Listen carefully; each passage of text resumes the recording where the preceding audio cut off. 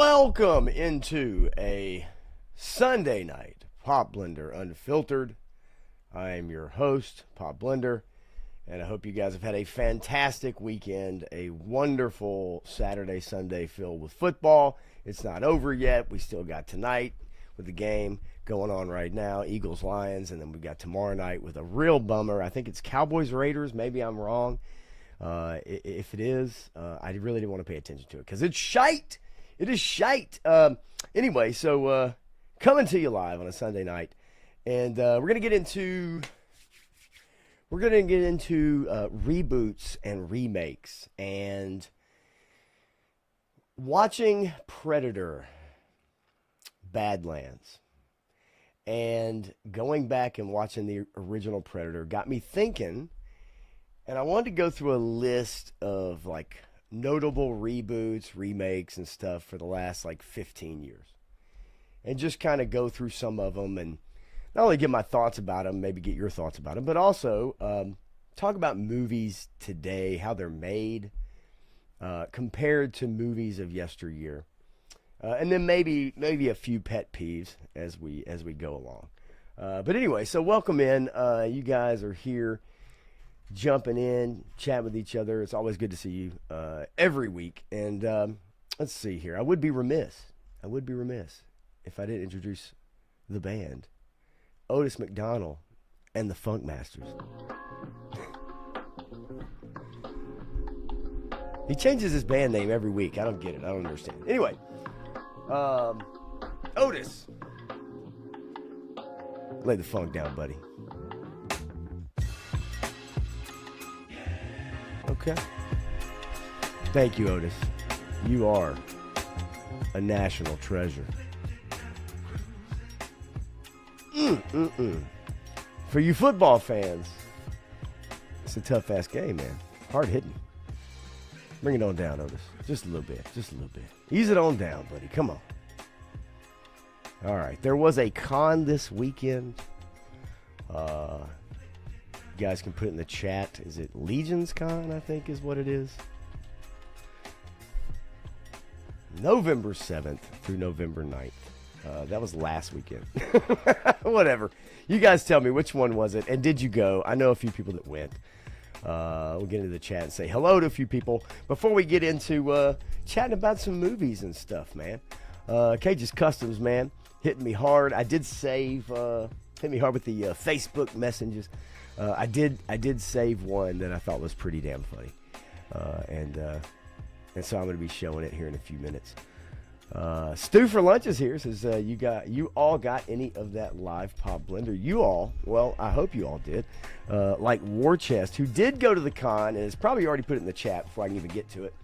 And this is a guy, you know him, you love him, you love War Chest full of toys. This is a guy who told me he was going to be backing off of the toy business a little bit, backing out of getting some figures and new releases and being selective, which I think we all been talking about doing. And then he leaves the con with a shit ton of toys. I haven't seen the pictures yet. Hopefully they'll send them to me soon. Eric Thurman in the house. What's up, Eric, on the West Coast? Getting busy at 6:30 in the evening, brother. What's going on with your bad self?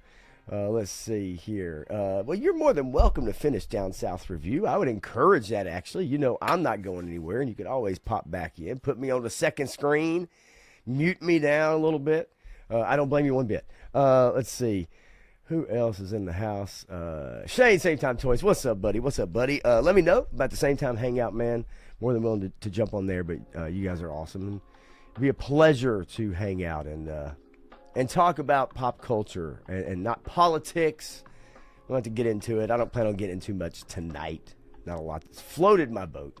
Turk Murphy's Toy Solutions is in the house. 3-star draw, hanging out, probably popping that Ambien here pretty soon. Going to be drifting off to Dream, I would imagine. If he's got a full day, he's been making a bunch of reviews. Go check them out. It's one after the other after the other. Sci-fi, Mainframe, Steeler, and Short Fuse, and a bunch of other ones. Let's see here. I do have the lights up for this one. I'm actually standing up. Let's turn them down a little bit, shall we? I can't even reach this one. You bastard. Come here, you bastard. Yeah, I'm standing up for this one because I just felt like it. I just kind of felt like it. All right, good enough. Look, now I'm in the dark. Woo. Clint's in the house says, can't wait for super chat so I can send you something to get a cowboy shirt. No way, buddy. Ain't gonna happen. Not happening here. All right, let's see. Amazing deals at small cons. Iowa and Newburgh, New York, codename Iowa. And then assembly required. Okay, assembly required. In my case, a lot of assembly required. Just make sure you can hear it because apparently some people can't hear the register of my voice. Uh-oh. Crank that mic up, bro. Giraffe's in the house. What's up, buddy? Good to see you, man. And then, yeah, send a shot of all the shit I got this week, minus the Lewin Optimus Prime Plastic Fantastic. Maybe a trailer for him. It's dope as fuck. Yelling at the top of his lungs, ladies and gentlemen. Couldn't be happier. Shouting it to the neighborhood. Tony Figs, what's up, buddy? Hanging out on the West Coast as well. And hopefully you hang with him for a little while. And we're going to talk about some movies. Steeler and Short Fuse is lengthy. His name is Short Fuse. How could it be lengthy? I don't know. Yeah, Jetman, what's going on, buddy? Big Tony, love you, nerd, too, buddy. As always. Okay. All right. So, a couple things got me thinking about.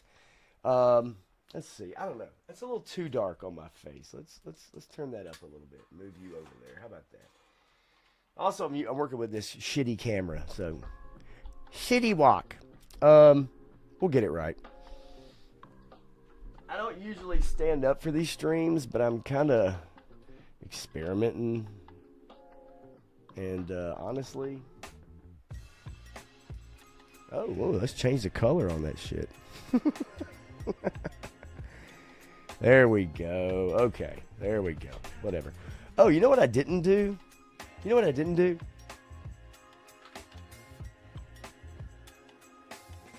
Ta-da. And then, you can tell how professional a stream this is, right? You can tell how professional this is. Yeah, that looks good. Let's leave it. All right, here we go. Don't ruin it. Skeletron hat. You son of a bitch. 2 figures and a shitload of gear. Yeah, I gotta say that review's gonna be long because it's got a lot of shit, man. Right? It's got a lot of shit.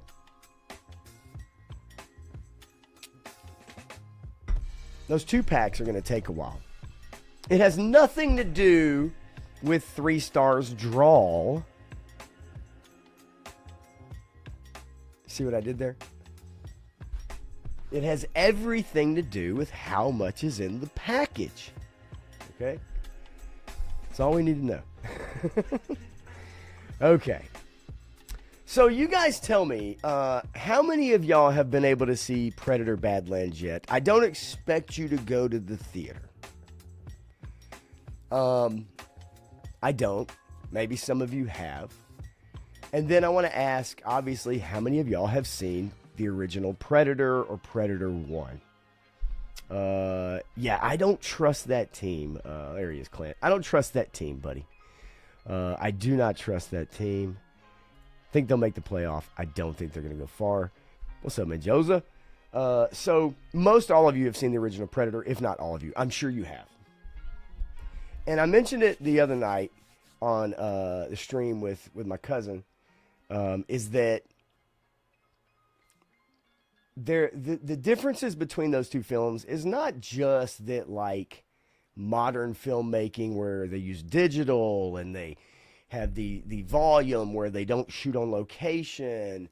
It's not just that, right? It's like the actual writing, the way things are shot. Like, certain camera angles. And it really got me thinking about the way modern movies are made, and they're written and they're given to us versus back then. And I brought up a big list of like pretty major notable reboots and remakes since like 2010. And I kind of want to go through some of them, but I also want to talk about kind of how movies are made now and how I feel like we've kind of been tricked into thinking something's really good when it's really not, especially when we're talking about remaking a show or a movie. I've been tricked. I know you guys have been tricked.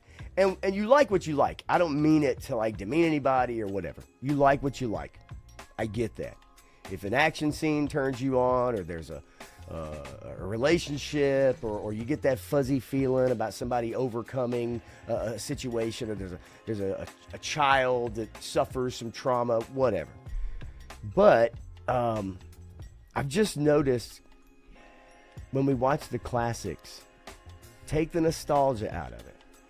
Focus on the dialogue and how they're shot, and the reception to them, the comments about them, about how people talk about them. Okay, let's see here. Then I watched you talking about it, talking about Predator Badlands. Just to start off the top, and I have given my feelings about that.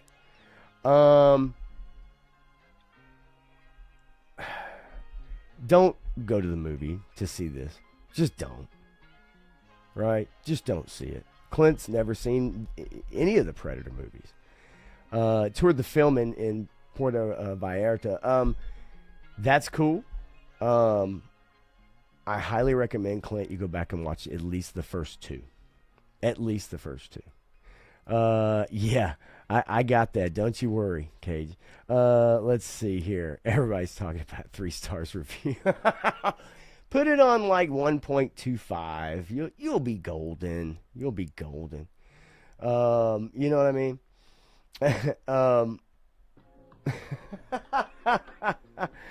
You guys are tripped. Okay. So, and yes, Mainframe is out now. The review is out now. Go check it out. Go check it out now. So, so a lot of modern movies seem like they're written by people who really have no life experience, that have not served in the military. They haven't worked a job that their hands get dirty or they get rough. They haven't had to lift 50-pound or 150-pound boxes. They haven't had to work a tow motor. They haven't had to do landscaping. A lot of the movies feel like they're written by people who took writing classes, went to art college or went to take filmmaking or whatever, and writing is part of that equation. But we're talking about, I think, a lot of people who really don't have life experience. And the experience they do have is basically graduating college and then going right into a writer's room or whatever. Now, there's something to be said for experience. Okay, every job. So if that's your chosen field, there's something to be said for experience. However, if you don't have any other experience outside of that in adverse situations, dealing with people, maybe being robbed, maybe being mugged, maybe, getting in a car accident, maybe being arrested, maybe, going to jail, maybe dealing with people that you don't know in a scary situation, or meeting people that you don't know and having a great time. All these life experiences make up a huge part of it for me. And when I watch movies now, a lot of the dialogue is written unlike people talking to each other. It's like people don't talk to each other that way. And it's even in video games, where it's like someone's talking at you, but they're not talking to you.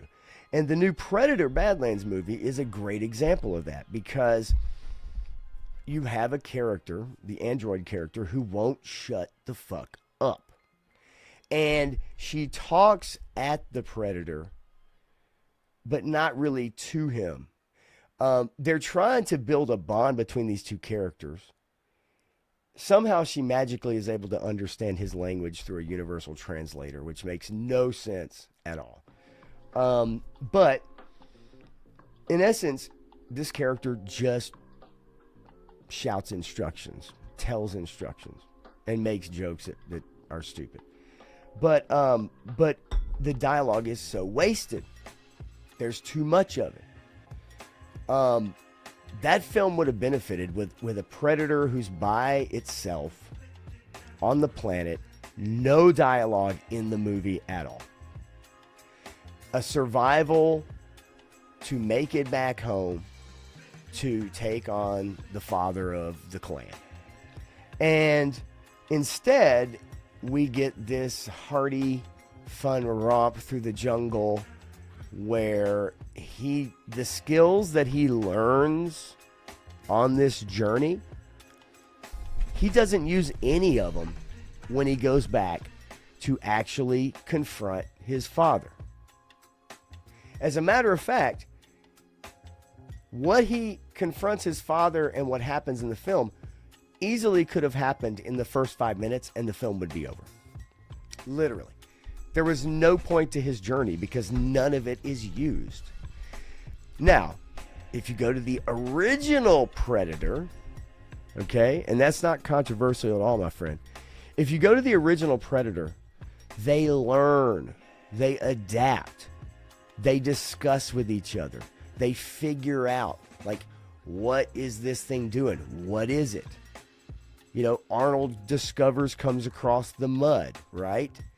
He just discovers it, and then he puts two and two together, right? They start looking and learning about trying to find the camouflage and stuff like that. Now, I'm not saying some of those things don't happen in this Predator movie, but none of the skills he learns help him actually overcome, at the end of the day, the tribulations and trials that he has to go through. So it's just a bunch of filler. And then you put the dialogue in there. And I'm seeing 8 out of 10 reviews. I'm seeing 9 out of 10. I'm seeing best Predator movie ever. On top of the structure of the movie, it's like, I don't know how I think people are getting fooled. And the more slop that we take in and we think that it's good because we're so far removed from like classic literature even. Right? Like, where's the great literature of the last 50 years? Right? Where's the great artworks of the last 50 years? Is it Banksy? Where's the great movies of like the last, since 94? Pulp Fiction? Shawshank Redemption? I don't know, right? Lord of the Rings, obviously, right? I mean, there's some things in there. But as a whole, I think we've been trained, and Clint, I wouldn't even say all the Harry Potter movies are good, but I get where you're going with that, right? I do. I get where you're going with that. Let's see here. Then Joseph says, do some research, interview someone that has the experience you need for the script or treatment. They could do the bare minimum to give a intelligent or at least entertaining... Getting there. Well, I thought I was getting there, but I get what you're saying. Mendoza, you're right. All right. You think about like some of the films that have come out that's about swordplay, or it's about military, or it's about the sea, or whatever. The ones that hire an expert, that bring someone in who know about these things, makes the movie better. Now, I'm not saying somebody could come in with Predator Badlands and make it better because they know about predators. But what we have seen, and I think you guys will agree with me here, Marvel has specifically, Disney and Lucasfilm, have gone out of their way to not hire people with deep lore knowledge that are fans of the comic, fans of the IP, okay? They've specifically said, in different shows in particular, They don't want people. They don't want writers who know the lore and the source material. They don't want people who are fans of the movies or the comics. Now, the reason they're giving that statement, and the reason they say they don't want it, is because they want someone to have their own fresh take on it. That they want someone to bring their truth to the script. But we all know what that actually means, and as we've seen, and you can deny it all you want, it's fine. But as we've seen, what that means is they would rather cast directors, cast showrunners, cast writers. Now, if you don't know what casting someone is, they're not hiring someone based off their talent. They are casting people like from a list. Do they fit the check boxes? Are they female? Are they gay? Right? Are they a person of color? All one needs to do is look through their list. And if it's a male, those same criteria apply. If you look through their list of shows, if you look through the movies that have come out, and you look at the ones that have, in the last few years, especially for Marvel, and even for Disney, that have been extremely unsuccessful, they've hired people who know nothing about the universe. They don't care about the universe. Usually they want their messaging within the movie.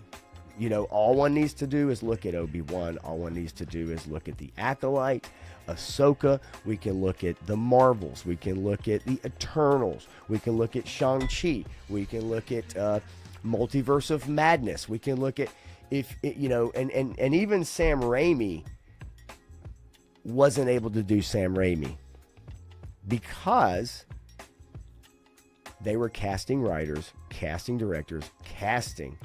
And if they did get someone like a Sam Raimi, they usurped his power by telling him, this is what you have to do. Do you want the paycheck or not? So all of that to say is that we've seen it in corporate world. We've seen it in education. We've seen it in entertainment. When you don't hire the best qualified people for the job, as Mendoza, I think, was referencing, then you get what we've gotten. Now, I'm not saying that there haven't been good movies. One only needs to look to Nosferatu, the current Frankenstein, okay? Now, by two established directors. There's not many people coming out, and if you go through the list of who's writing these shows and writing these movies, and you look at their credits, okay, like, hey, yeah, we got the new season of this, or Daredevil Born Again, or we've got, let's say, some new show coming out, or a movie, and you look at the credits of the writers in particular, or the showrunner, you'll find they barely have any at all. And while some people would say, well, you got to get a start somewhere, right? You got to get a start somewhere. If your IP were in as much trouble as what we've seen over the last several years, one would think the more plausible and smart thing to do is to hire the best people you can for the job. Get these things making money again. Get people excited back, Then maybe you can go back and start to maybe say, hey, I like what this person did on that episode of Law and Order season 36.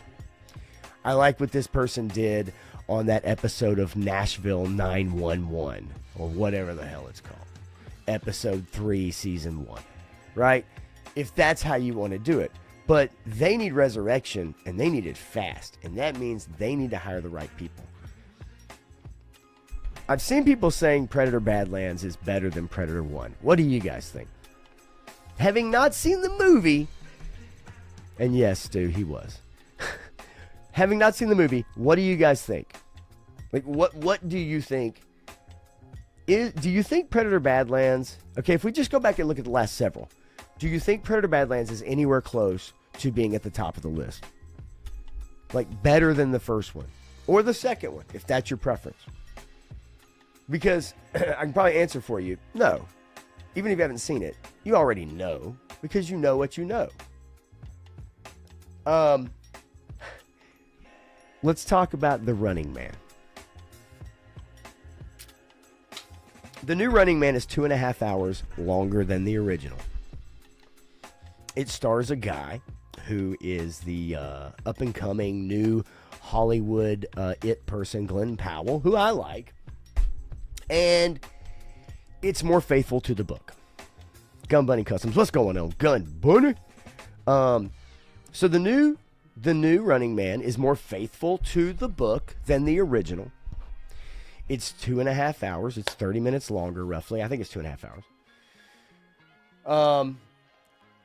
It has a guy who, by all accounts, could be a good action star, and Glenn Powell, good-looking guy. I don't know that he's as charismatic as Arnold Schwarzenegger, even though he has a better grip and grasp of the English language. But, by all accounts, it was also directed by Edgar Wright, who did Scott Pilgrim. He did Shaun of the Dead. Let's see here. Just to give you an idea, for those of you that don't know, let's give you a list of the Edgar Wright films. Okay, right here.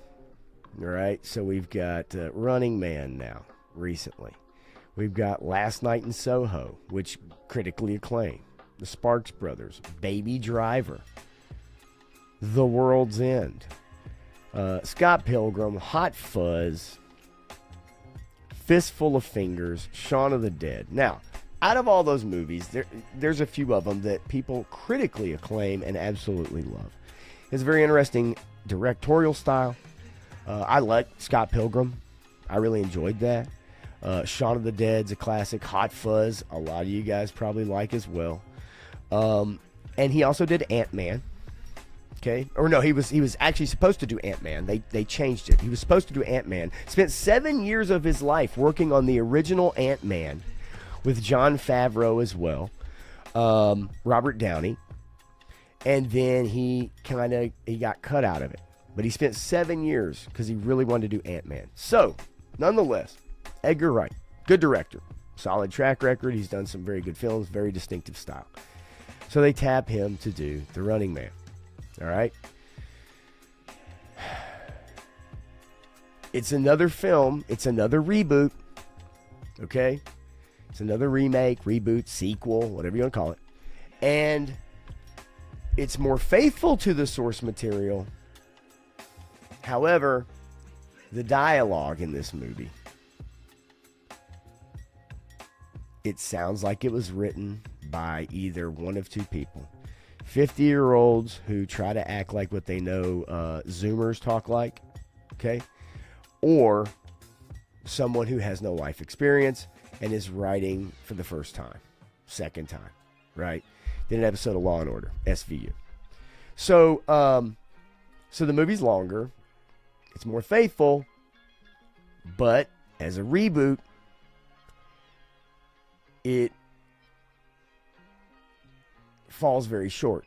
The action scenes, while there are several, then are interspersed with tonal shifts that are then supposed to be serious scenes, and then goofy scenes, and then action, then goofy, then serious.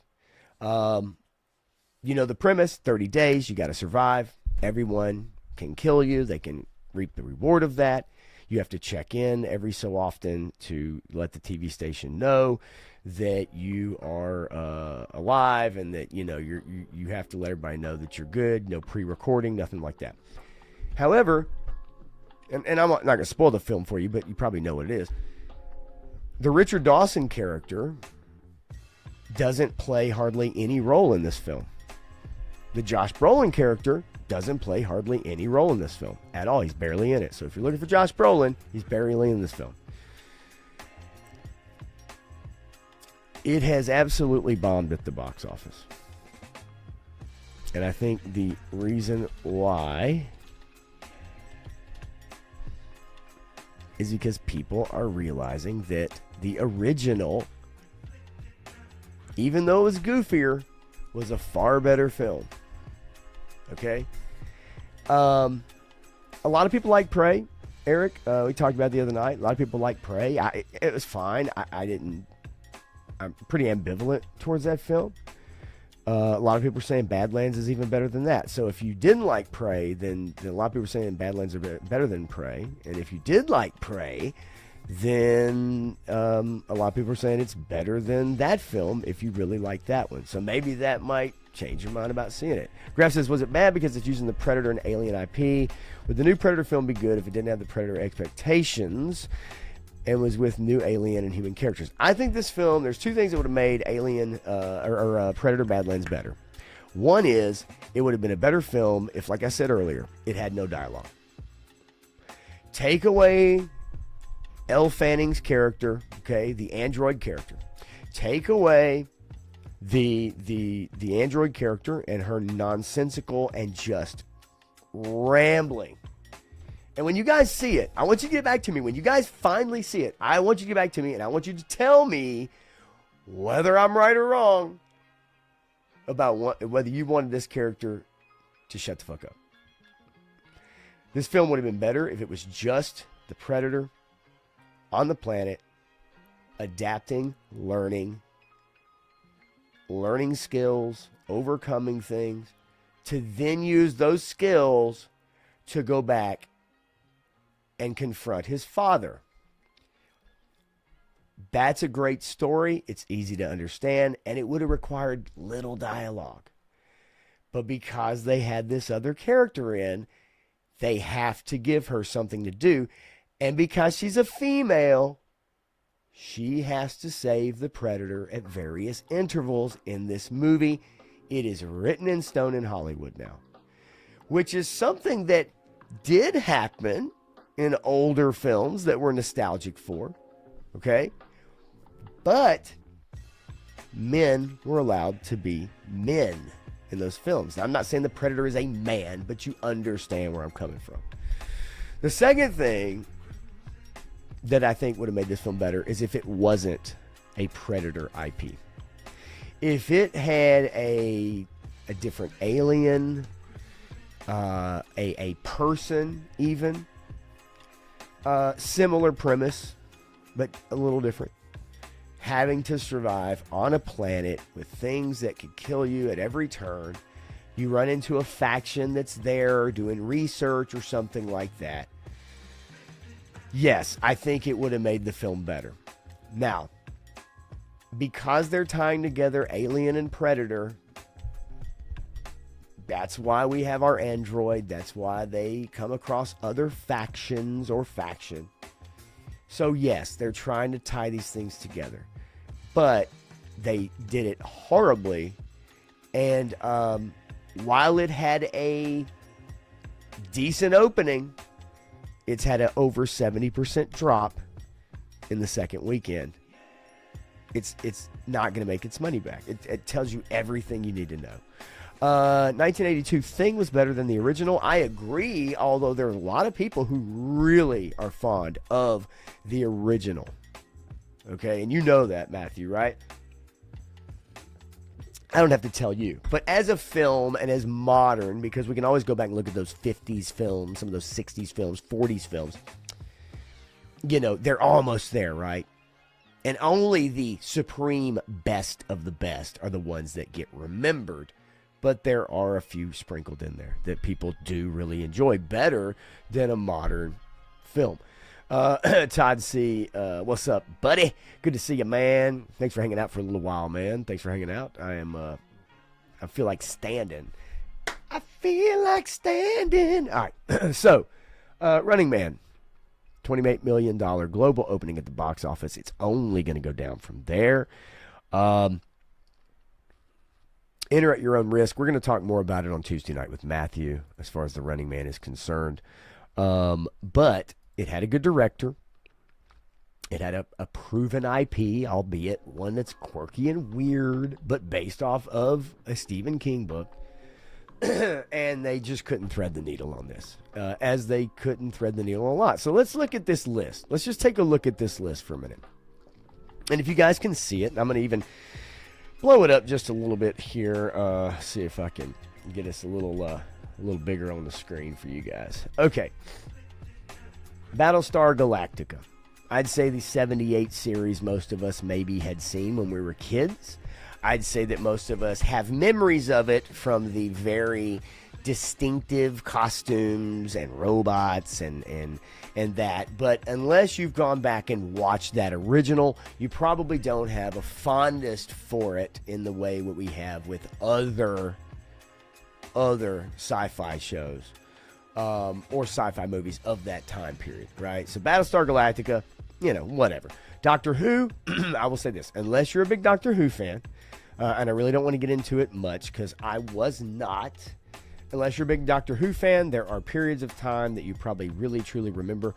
The more modern continuation with the female Doctor and completely changing the lore. And then Ncuti Gatwa with the new LGBTQ plus Doctor is why it's gotten canceled and relieved from Disney, and no one's watching it. The Office, we don't need to go into that. Hawaii Five-0, whatever. TV shows, who cares? Cobra Kai, as far as the TV shows, I don't really look at these. I'm mainly wanting to look at movies. Batman Begins. What do you guys feel about Batman every time it's rebooted? Do you want another Batman? Do you want a sequel to the Robert Pattinson Batman? Which I thought was all right. It didn't need the third act because it already had a third act, and the flooding part of the movie was just a little too much. But do you guys want another Batman?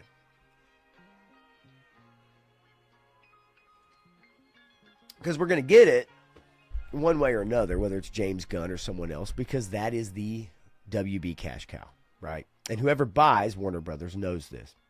So do you want another Batman? Now, what would you guys say? Do you think that the Christopher Nolan trilogy was better than the Tim Burton and the Michael Keaton 2 movies? Do you think that the Nolan trilogy was better than the Batman, Tim Burton, Michael Keaton duo? I gotta say, Batman Begins is a fine film. I think Dark Knight Returns is the shining star, and I think that the Dark Knight, and then the Dark Knight Returns? What was the last movie? I did not care for that movie. Title's escaping me for some reason. It doesn't matter. We know it. That movie, I think, all accounts, most fans did not care for that movie. And it was unfortunately kind of a crappy way to go out after you had such a high note with Dark Knight. And I think that it was going to be hard to recapture and capture that, especially after the death of God dang it. I'm losing my mind here. Sorry, I got a little distracted for a second. Heath Ledger. So I'm okay with Batman every once in a while because I think most people care for it. Like Mamu Nestor, otherwise known as Matthew Matson. Yeah, always wants another Batman. A competent one. I think most of us would like to see a Batman detective. Like they want to do the gritty thing, but I think we really want to see the detective skills. I'm okay. I don't want like the same old. I want a detective Batman. Even if it was a TV show, right? I think from moving on, I think most of them are going to be gritty. They're going to be dark. Okay. Well, as Batwoman, they tried that, right? Let's see here. And I know you're talking about, would love a Batman done by a fan of the property pre-2012. And they did gender swap Batman with Batwoman. No, not a true gender swap. It had Michael Keaton in it. It had, I think, was it Ben Affleck too in there? No. It had Michael Keaton, I believe. But they never released it. So I guess that could be your gender swap, right? Batman Beyond, I wouldn't mind seeing. I think most of you guys would agree in the chat. You'd want to see Batman Beyond. So we can agree, right? For the most part, except for the Schumacher stuff, and there was stuff to like about the Schumacher films. Not all of it, obviously, but there were some things in the Schumacher films that were enjoyable. But for the most part, I would say that Batman, every time it's been done, generally has done well. And I think it's easy, right? I think it's easy for that property because so many people like it. And I think there's been so many different versions. Okay. Let's look at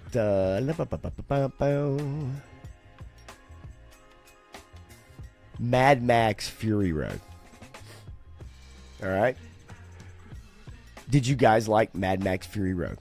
I'd say most of us grew up on the Mad Max films. I'd say most of us loved the Road Warrior probably the best, even though technically it wasn't a Mad Max film originally. So, did you like Fury Road? Did you like Furiosa? Right? Because I'd say most people liked Fury Road. Most people did not like Furiosa. But it was a reboot / maybe continuation, right, of the story or prequel.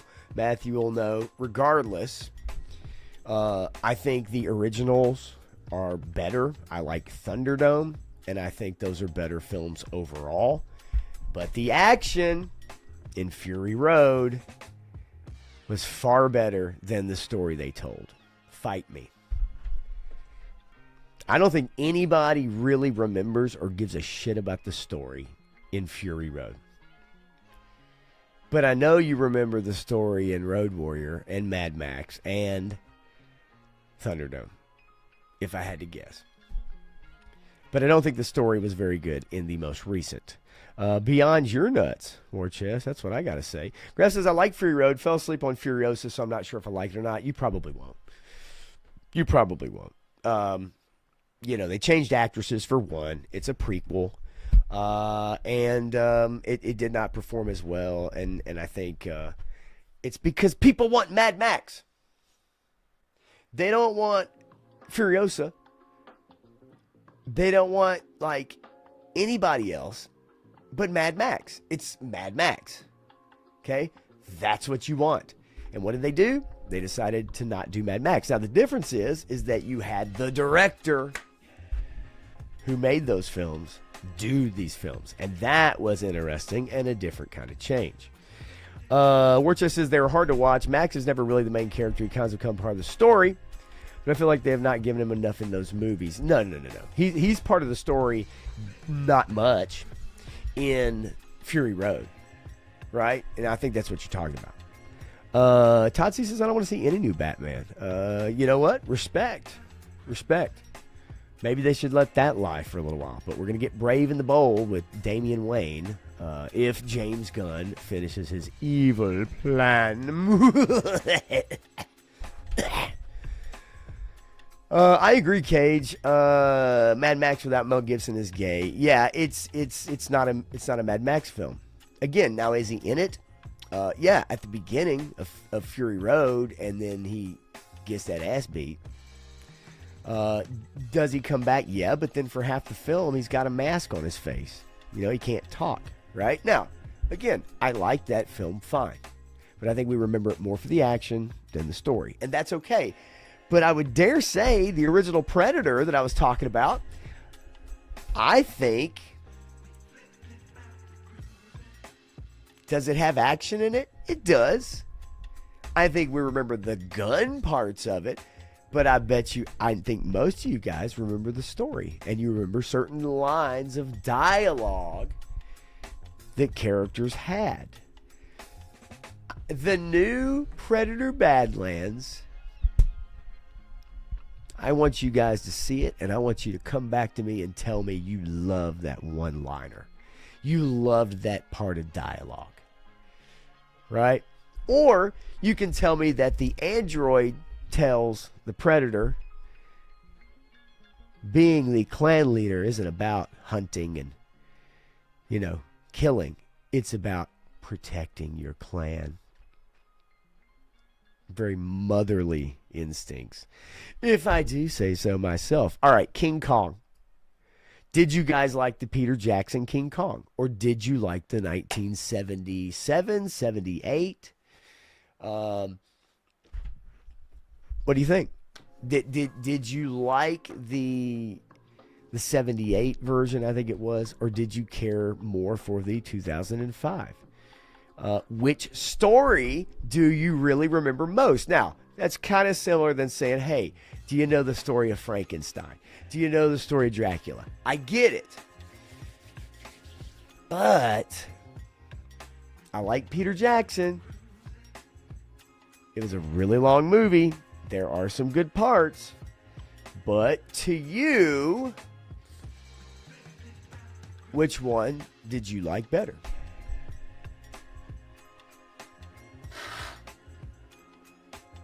Because I like the Peter Jackson one, but I'm more partial to the 2000 or the 78 version, and some people are partial to the 30s version, 20s, 30s, somewhere in there.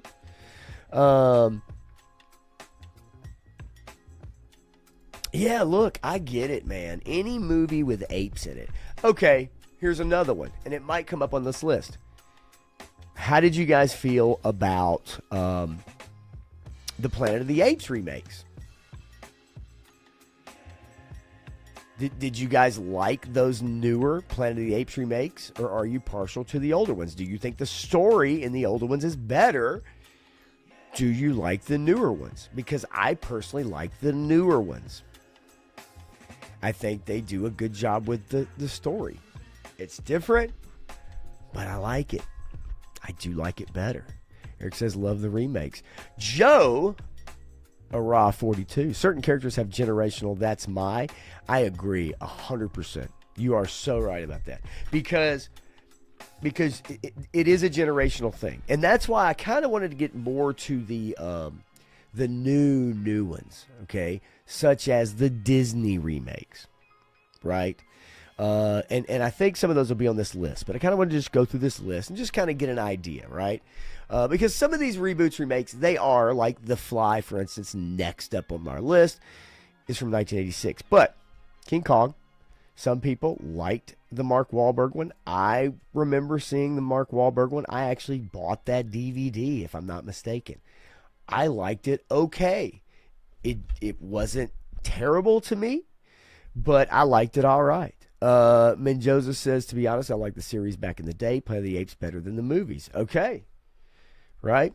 I would say that is one of those of an age, right, Joe? Certain characters have that generational, that's my. And so that definitely fits in that. But I guess what I'm searching for is I'm searching for like fans of film. Right? It's going to be difficult to find younger people that have seen all of those old movies, even though they're classics, right? Even though they're classics. I think it's going to be hard to find younger people. That's the shame of it, right? Because I think or the generation that's born in the 70s, so to speak, maybe early 80s, also had those older ones to go back and look at. However, newer generation has the ones we grew up on to go back and look at. And that's where I'm trying to find, what is really considered better? What is the dialogue? Is the story better? We can debate effects all day long. We know practical effects, and if you go back and watch some of these movies, they're goofy looking. They're hard to watch sometimes. I get that.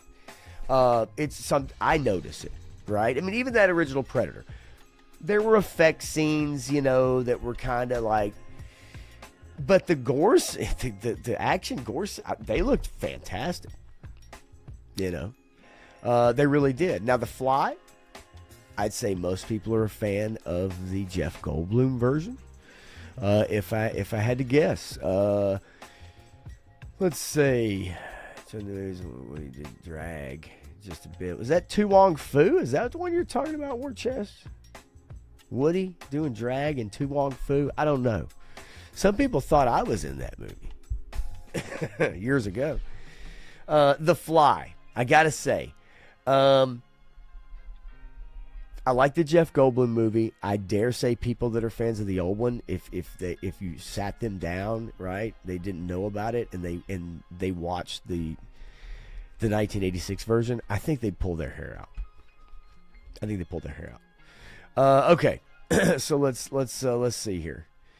Let's go down. Let's see if I can find something. Okay, Beauty and the Beast, Jungle Book. Okay, we start getting into some of those Disney ones. Do you guys, if you have kids and if you don't, do you like the Disney remakes in live action? Because most of us probably like the older movies, right? I mean, whatever, you can admit it. Most of us like the older movies, those 2D cartoon movies, even some of the 3D stuff. But the 2D cartoon movies from Disney, where they were really hitting on all cylinders, most of us like those movies. Most of us appreciate those movies. I'd say every one of those remakes in live action has been, even though they've made money, they've only made money because of name only. Most people would say that those movies are terrible. Those live action remakes. The Jumanji. Do you guys like the new Jumanji with The Rock, which I think Matthew does? Do you guys like the new Jumanji, or do you like the old Jumanji with Robin Williams?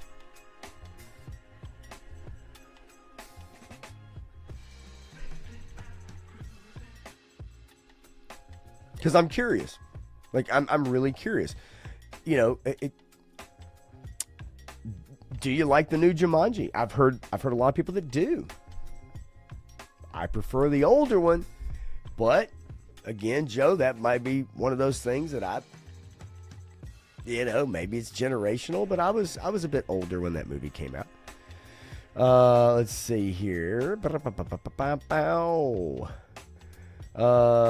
The Woody Harrelson one, it dragged a little, but I like the premise behind it, but I can't argue with you there. And I think by the time we got to that one, that was the fourth one? No, that was the third one. People were getting a little worn out on it. And then by the time the fourth one came along, I think people were definitely pretty worn out with it, right? Joe Ra 42 says, I think technology and shorter attention spans have ruined cinema to a certain extent. I agree 100%. Both of those, 100%. What to us was amazing is now looking dated. Yes. The Fly is like that. Yes. Loved it then, hard to watch now. I agree. I also think it's hard to watch too, just because the Gina Davis, Jeff Goldblum scenes, just for me, they just don't work. Not very well. Stu for Lunch says Priscilla, Queen of the Desert with Terrence Stamp, and it was at Hugo Weaving. I think that's what War Chest is talking about.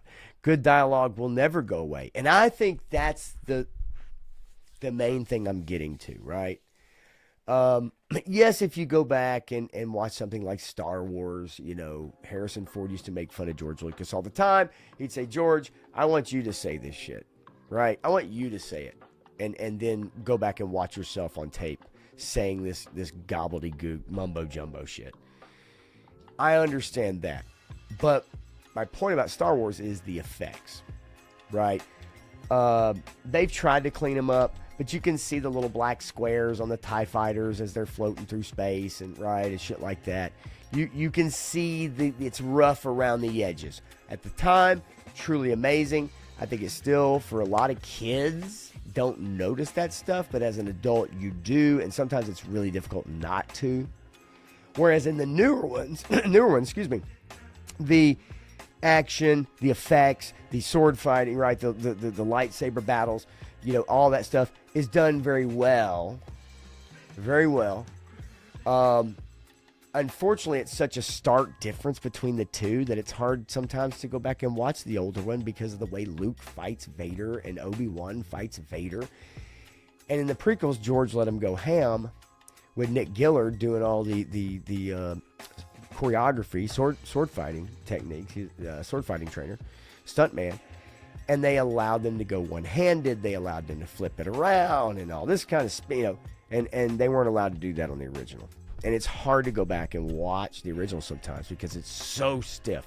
But let's see here. Jungle Book live action, and Joseph says wasn't bad. I do like Karen Gillan as well. So the new Jumanji, 100%.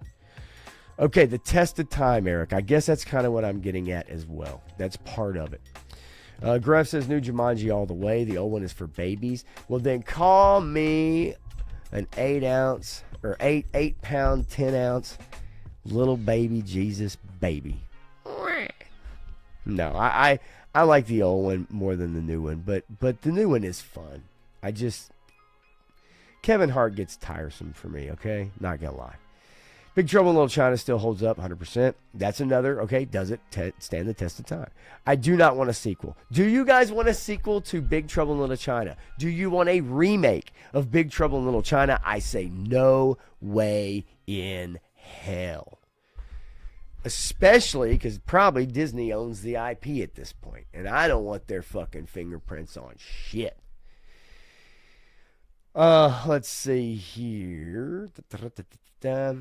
And I know you're saying yeah on the sequel. I don't even want the sequel to Spaceballs. I really don't. Never saw any of the Jumanji movie. Never even toured their filming locations. Well, damn, Clint, you're a touring son of a gun, aren't you? Shit. Somebody really trying to get a hold of me. I don't even know where the hell I put my phone. Okay, that's probably War Chest texting me in the middle of a stream. I prefer the book on Jumanji. Cool. I prefer the game. The Mummy reboot with Brendan Fraser is good. Okay, well, yes. Now, would we call that an original story, The Mummy? Or is it based off of a serial? Probably based off of a serial. But I'd say all of us agree, Matthew, the Brendan Fraser, yeah. Right? We'd probably all go in for that. At least the first couple. The third one, when they replaced Rachel Weisz, not so much. Not so much. 1954's A Star is Born. I see you looking at the list, Clint. I know a lot of people that really, really love the new one with Lady Gaga and Bradley Cooper. Not a big fan of either, and not a big Stars Born person, honestly. But yes, people do absolutely love that. And Matthew agrees; he likes them all. Let's see, Shake and Bake. Give me some of that. Give me some of that Ricky Bobby, huh?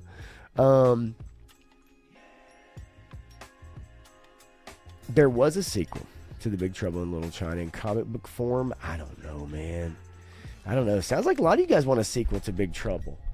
Okay. Yes, if it was right about Egg Shan, then I'm down. Yeah, I know you like that Zelda noise because you made it, you son of a bitch. Speaking of which, Zelda noise, I got something to show you guys. Got something to show you guys here in a minute. And then, okay, so the 1940s Mummy movie, Brendan Fraser is way better. Yeah, I think they did a better job. I think that's a situation where effects can make such a big difference in something like that. And the story you're trying to convey, because let's face it, folks, the Mummy's not scary. Okay, the Mummy with his wrappings is not scary. So you have to do something, right? You got to do something that makes sense and makes it more exciting. Okay, the Lion King remake. Did you guys like the Lion King remake? Did you see the live action Lion King? Because to me, it was shit. And part of the reason it was shit, because Disney thought it was a good idea to make them look like real animals, because it's live action. And guess what live, regular, normal-looking animals can't do? Do you know the one thing they can't do that the cartoons can do?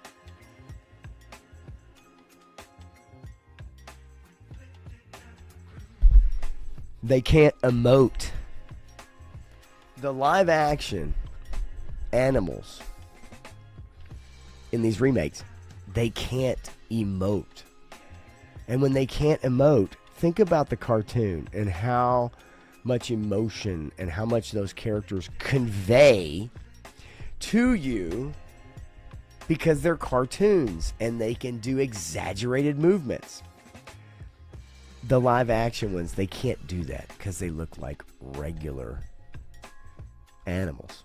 And regular animals don't emote. They might snarl, they might growl, they might bark, they might laugh if they're hyenas, but they're not, they can't emote to you, right? So that's a big deal.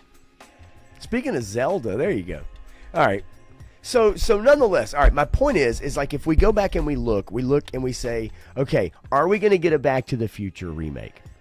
What are the chances once the writers die, because until they die, we will not get a remake.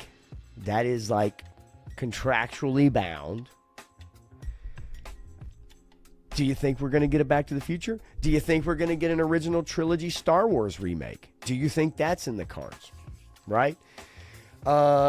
They've gone back and they're doing the Arnold movies, right? Okay, so we can talk about IP a little bit as far as franchises that have had several movies, like Terminator. Tell me, after the first couple movies, you guys tell me, has that franchise gotten better or gotten worse? Alien and Aliens. After that, has the franchise gotten better or worse? Star Wars, better or worse? Okay? Those are long-running IP, right, that we're talking about. Continuation, so to speak, or prequel, so to speak, whatever, sequel. To me, they've gotten worse. They're redoing the Arnold's, right? We've had Total Recall, right? We've had Predator.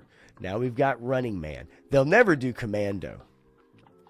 Because, and if you think about it too, the toxic masculinity part is the part that Hollywood does not want. The last thing they want is the toxic masculinity part, right? And there are certain guidelines that they must have in their new films that must be followed, that those old films can't line up, right? Character changes, certain scenes, there has to be a female character, and she cannot just be the love interest, or she can't just be fridged. She must have an important arc. She must contribute, right? So some of those tropes you can't use anymore. Let's see here. Yeah, never seen the live action Lion King. Grass says, never seen the cartoon Lion King. Cats stink. Dogs rule.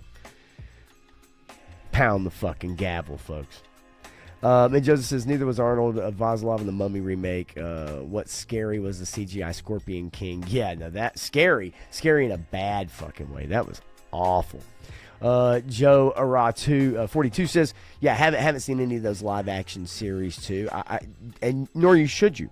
There's really no. Look, I saw Beauty and the Beast. It was on TV.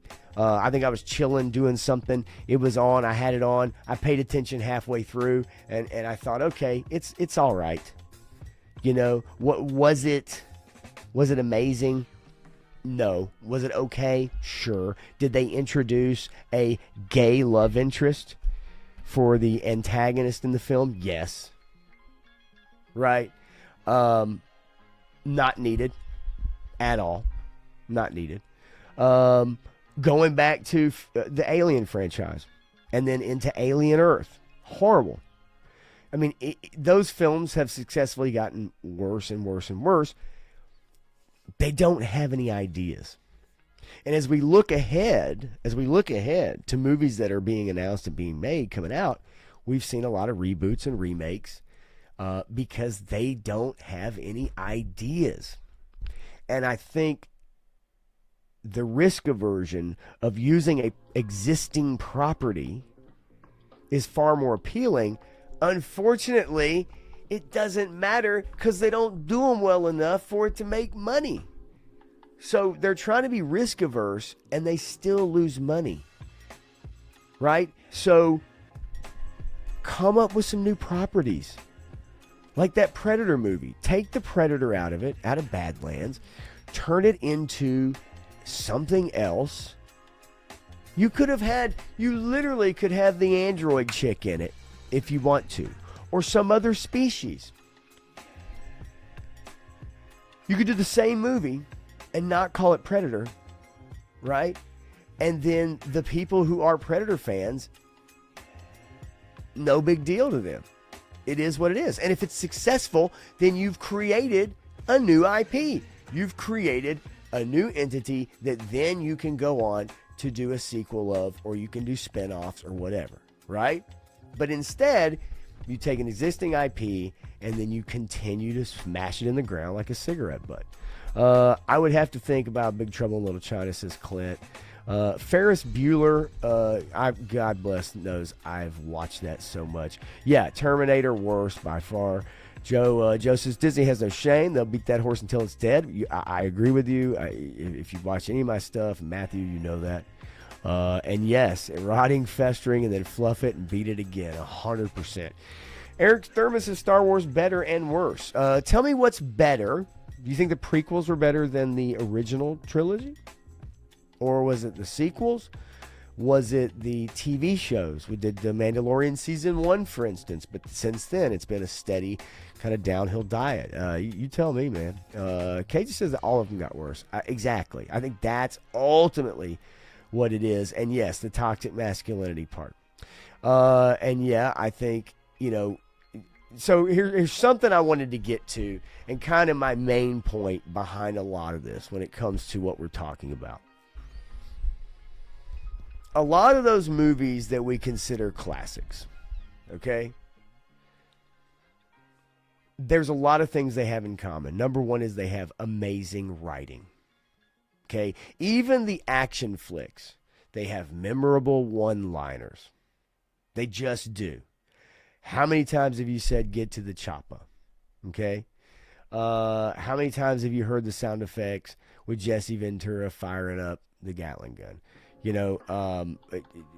That's just in Predator. Let alone Indiana Jones and the Raiders of the Lost Ark, okay? Or Temple of Doom, or whichever one you want to say. So dialogue, okay? All these classics, Back to the Future even, great dialogue, all right? A lot of your 80s movies, even your 70s movies, but Hollywood was in the doldrums in the 70s, and it really took George Lucas to bring them out of it. But mainly in the 80s, and then your classics from beyond. Remember, Hollywood was in a big Western phase. That's also something else that we haven't really gotten in a long time, is a phase, a genre that takes over, and there's several films of a genre being made in Hollywood that captures the imagination of people.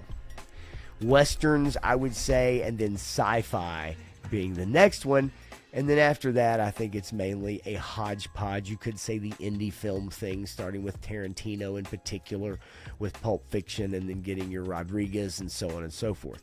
Your Kevin Smith's of the world. But my point is, dialogue, strong writing, first and foremost. Without good writing, most films are shit, unless you have you have something that's so unique and the action is so amazing and it's shot so well that people can get over shitty dialogue. But great dialogue. Okay, number two, you have to have charismatic actors. You have to have actors that people care about.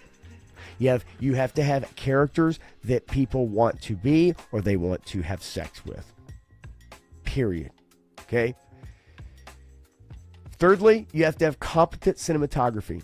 You have to have a director, okay, who can shoot the film and have editors or edit a film properly that gives it good pacing. Most of those classic films, most of those things that we love are great movies because they have great pacing, right? Jaws, saved because of Mechanical Shark. Star Wars, saved in the editing bay by Marshall Lucas. Okay? Yes, it happens. But ultimately, you have to have a great visionary, right? A great visionary who has a plan and digs in and makes it happen. It's hard work. Sometimes actors have to be yelled at. Sometimes people fucking cry.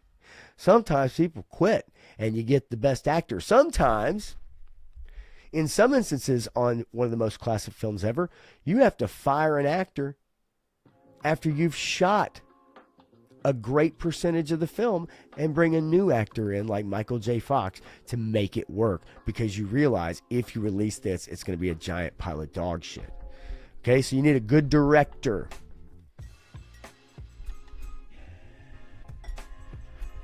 So you need strong writing. You need charismatic actors. You need a great director with a vision who knows how to shoot, who has competent A and B shooting teams, okay? I think lastly, not only do you need to promote the film the right way,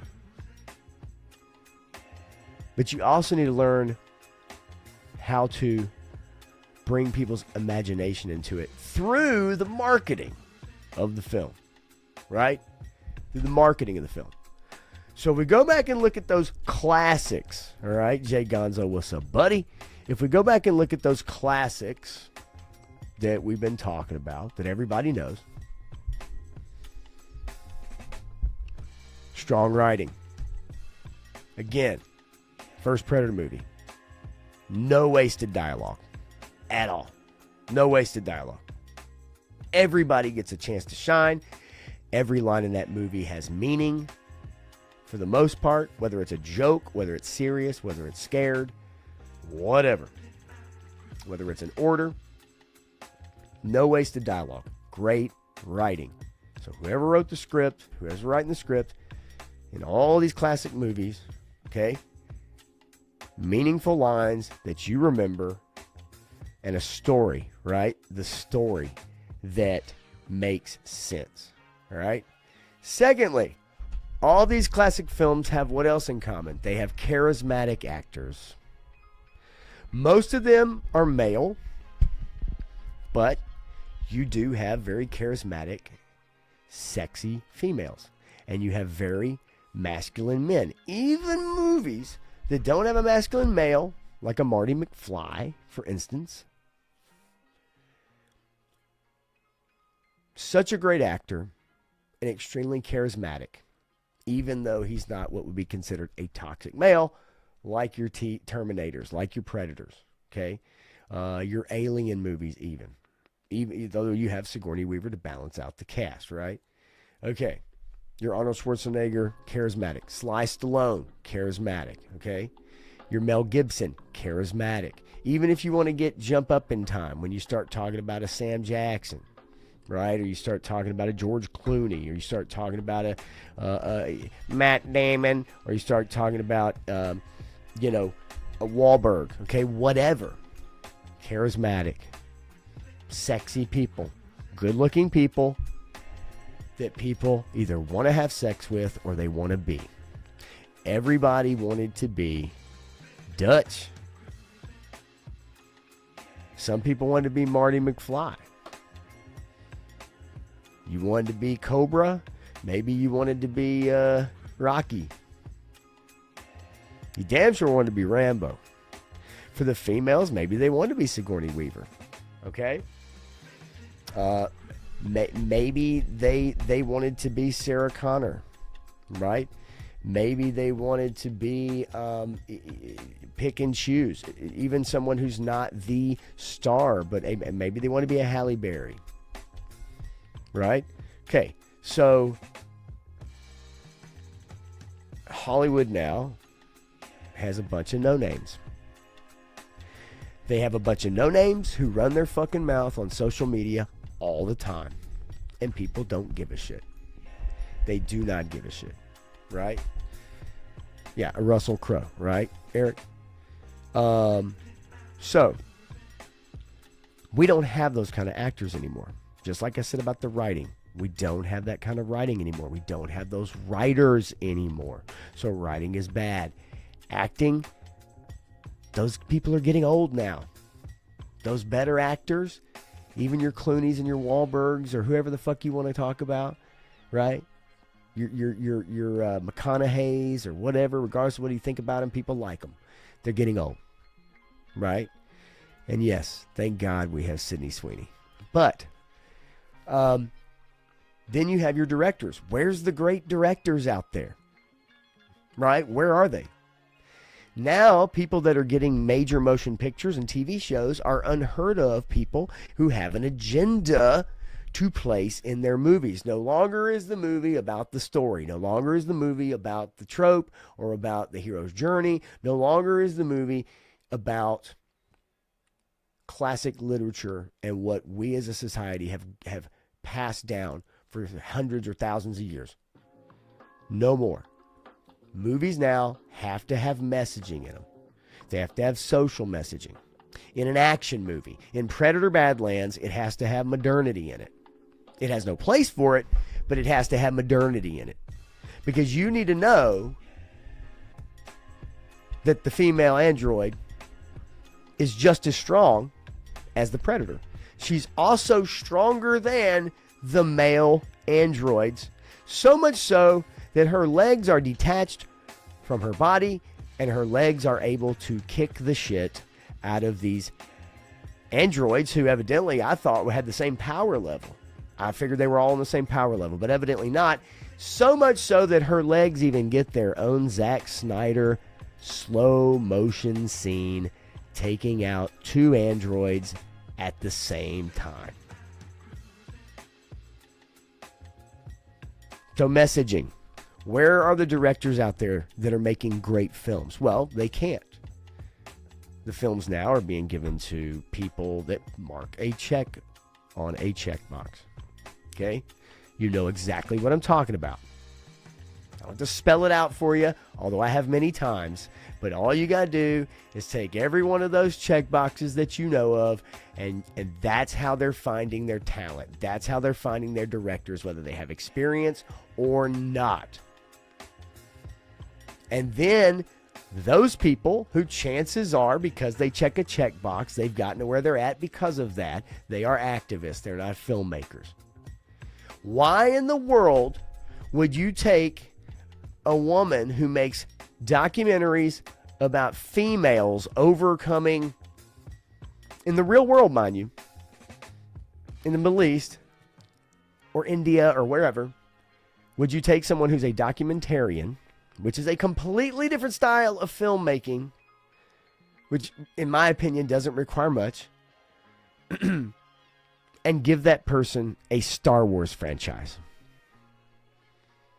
Why would you do that?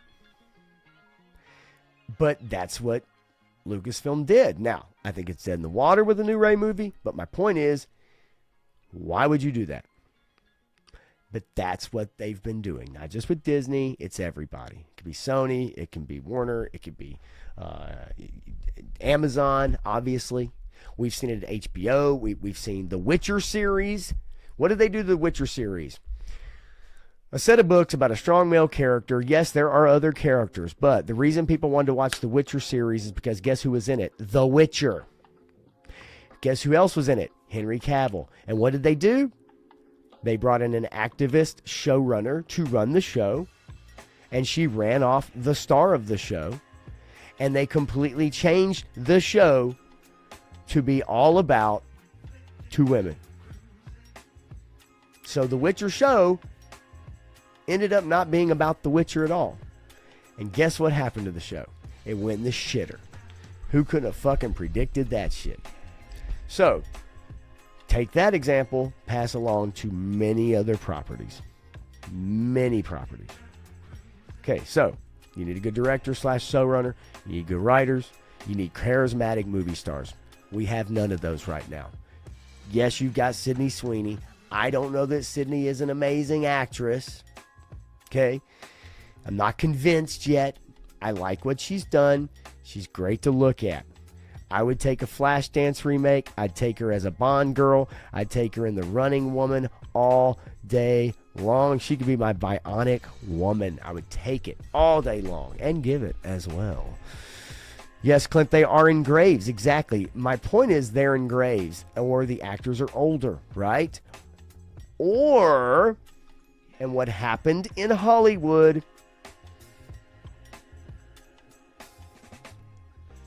male and pale is stale. They ran out, and this goes for comics, this goes for animation, this goes for video games, this goes for movie and television and entertainment. If you are white and you are a man, you don't stand a chance. Period. Now, the spirit of that, I still don't agree with. I know what they're trying to do. They're saying, well, we need voices from all people to tell all stories. I don't think anybody has a problem with that, and you can tell those stories. Make them original stories, though. Don't take an existing IP and race swap, gender swap, sexuality swap the characters so you can insert your story as a self-insert for the main character that everyone knows and loves because of your beliefs and your ideology. But that's what we've gotten. It is in everything, folks. Every video game you play, it's in there. The new, what is it, Call of Duty? Play the campaign, folks. And just look at the wonderful, diverse group of people who join you on your missions. Go right ahead. Check it out. Call of Duty, by the way.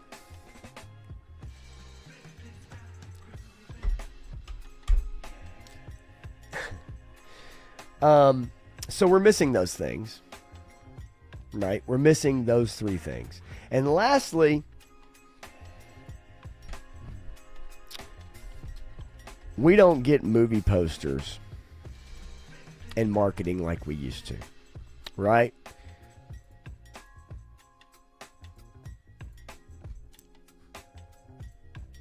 What about that poster?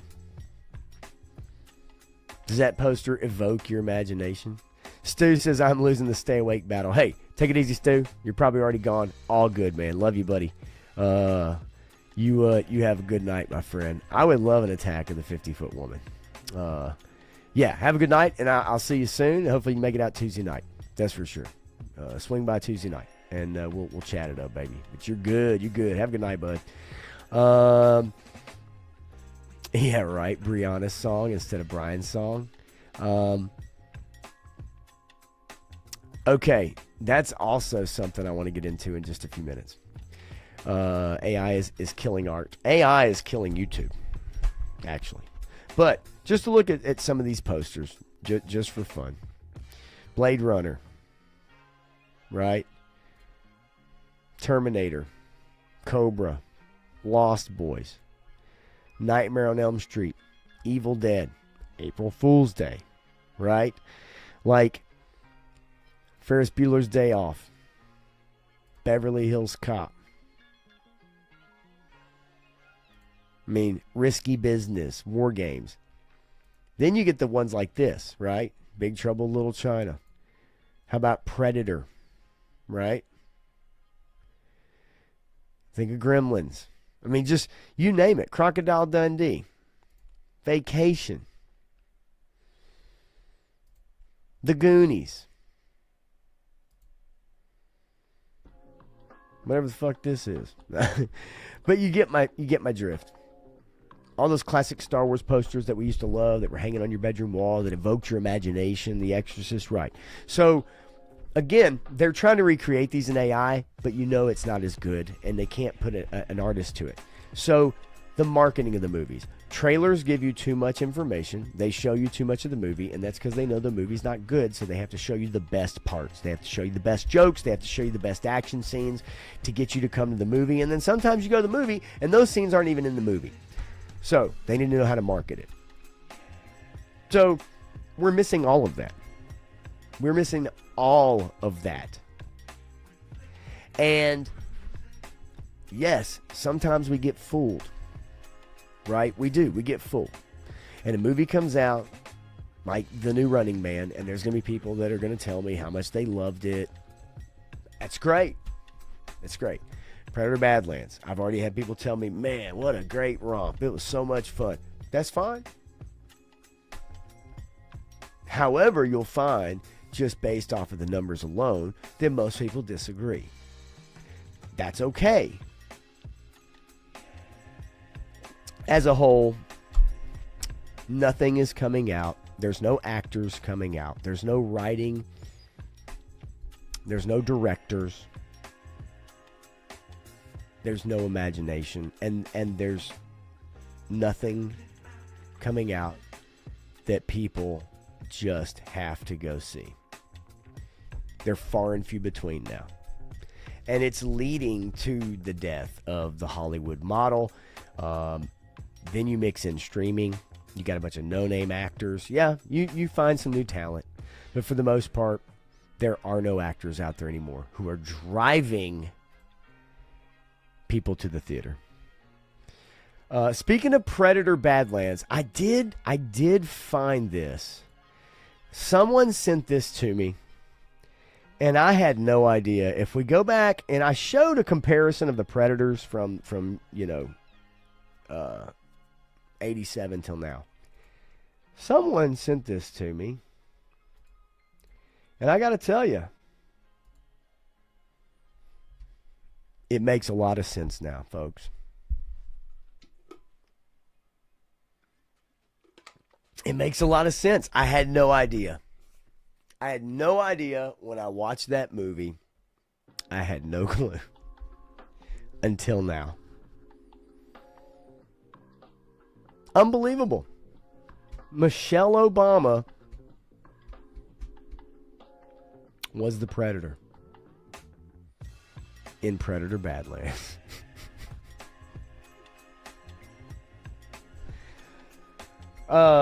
I think a lot of those reasons that I discussed, Joe, creativity leaving the film industry, cover your ass from litigation. We've had activism. I think they're all huge. I think activism, I think you saw the Me Too movement. You've seen a huge shift in power with females now being in power. I gotta tell you, I know some people would say, no, that's not, no, it's, I'm sorry, but when it comes to Hollywood, when it comes to filmmaking, when it comes to writing scripts, when it comes to directing, the truth of the matter is that men had it figured out, and they had it figured out for decades. And now that balance of power has flipped to the other side. And the honest truth, at least in my opinion, is the women are not as talented. I'm not saying there aren't talented women. I am saying they're not as talented in this industry. And I think there are fundamental differences between men and women and what they like, what they're into, what some of their strengths and weaknesses are. Again, I'm not saying there aren't talented people. Okay? But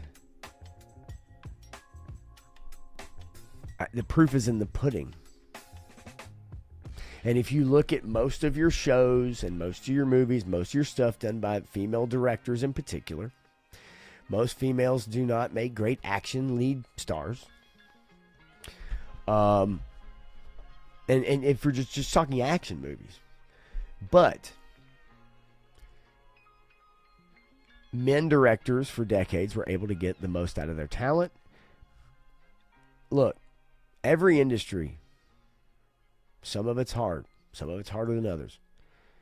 This touchy-feely, softer world that we are supposed to live in now, where no one can go through any hardship at all.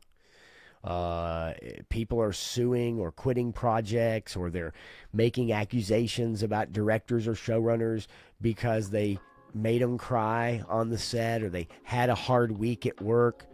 There's a lot of money on the fucking line.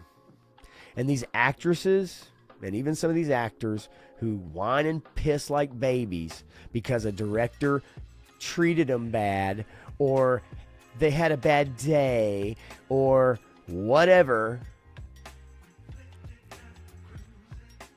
A lot of pressure on that person behind the camera. A lot of pressure on that person making this shit come together. You get to hang out in your fucking trailer, snort your coke, come do your lines and those lines, and then go back to your fucking trailer while somebody else puts the whole piece of shit together, and yet you're pissed off because somebody fucking made you had a bad fucking day. Look, bottom line is, everything should be a meritocracy, and Hollywood had it figured out. Now, there's other factors. Streaming has caused an extreme downfall. The tech industry got involved, and they have caused the industry to change the way they do business, and the money's not there. 40% less projects are being made after the writer's strike. Most of the writer's strike was probably led by women, and there's a lot of demands that they made, and those demands were ridiculous, okay, off of a model that worked for decades. And now guess what? There's less writers being hired. They're making less money. They're having to drive for Uber and take part-time jobs. People that have been in Hollywood for 30, 40 years, not making money anymore. And they only have themselves to blame because they also started making a lot of shit that people don't want to see. Their activism started invading the shows and the movies, and people stopped showing up. It even happened in the Marvel movies. You don't have to look that hard to find it. And again, some people, goes right over their head. And that's great if you can live life that way. But for a lot of people, they just kept getting beat over the head with it until they just got tired of it. Untrue until he was on the list. Yeah, I'm with you, Cage. Most of the people, a town of women are on the P hub, right? You know what I mean? I get what you're saying, though. Joe, Raw 42, I'm going to say something here, and I'm going to agree with it. Not everybody should get a turn. I agree. Our merit-based society went by the wayside with participation trophies, and now it's my turn philosophy. I agree. I also believe in gatekeeping. And I know that's a term a lot of people just cringe at it. They hate it. How dare you? You know, how dare you? Well, you see what happens. For instance, the comic book industry. People decided we're not going to gatekeep it, so we're gonna let in all the people who say they love what we do. And then when they come in, they say, well, we don't like this and we don't like that. We don't like you. And this needs to change.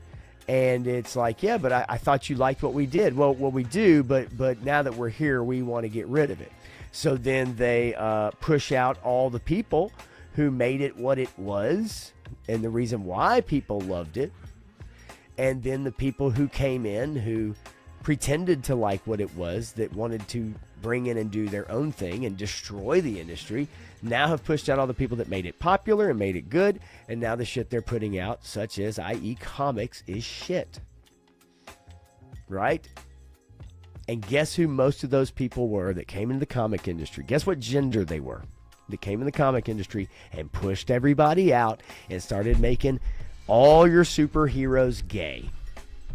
Because that's exactly what they did. The proof is in the fucking pudding. It was women. 100%.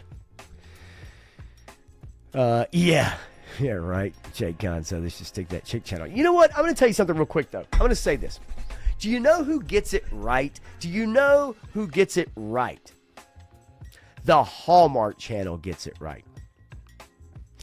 We have heard for years in Hollywood the Bechdel test, right? The Bechdel test, you can look it up, the history of it. I really don't want to go into it. But nonetheless, it was a kind of a guidelines used by Hollywood to determine basically women used in scenes, women in stories, okay?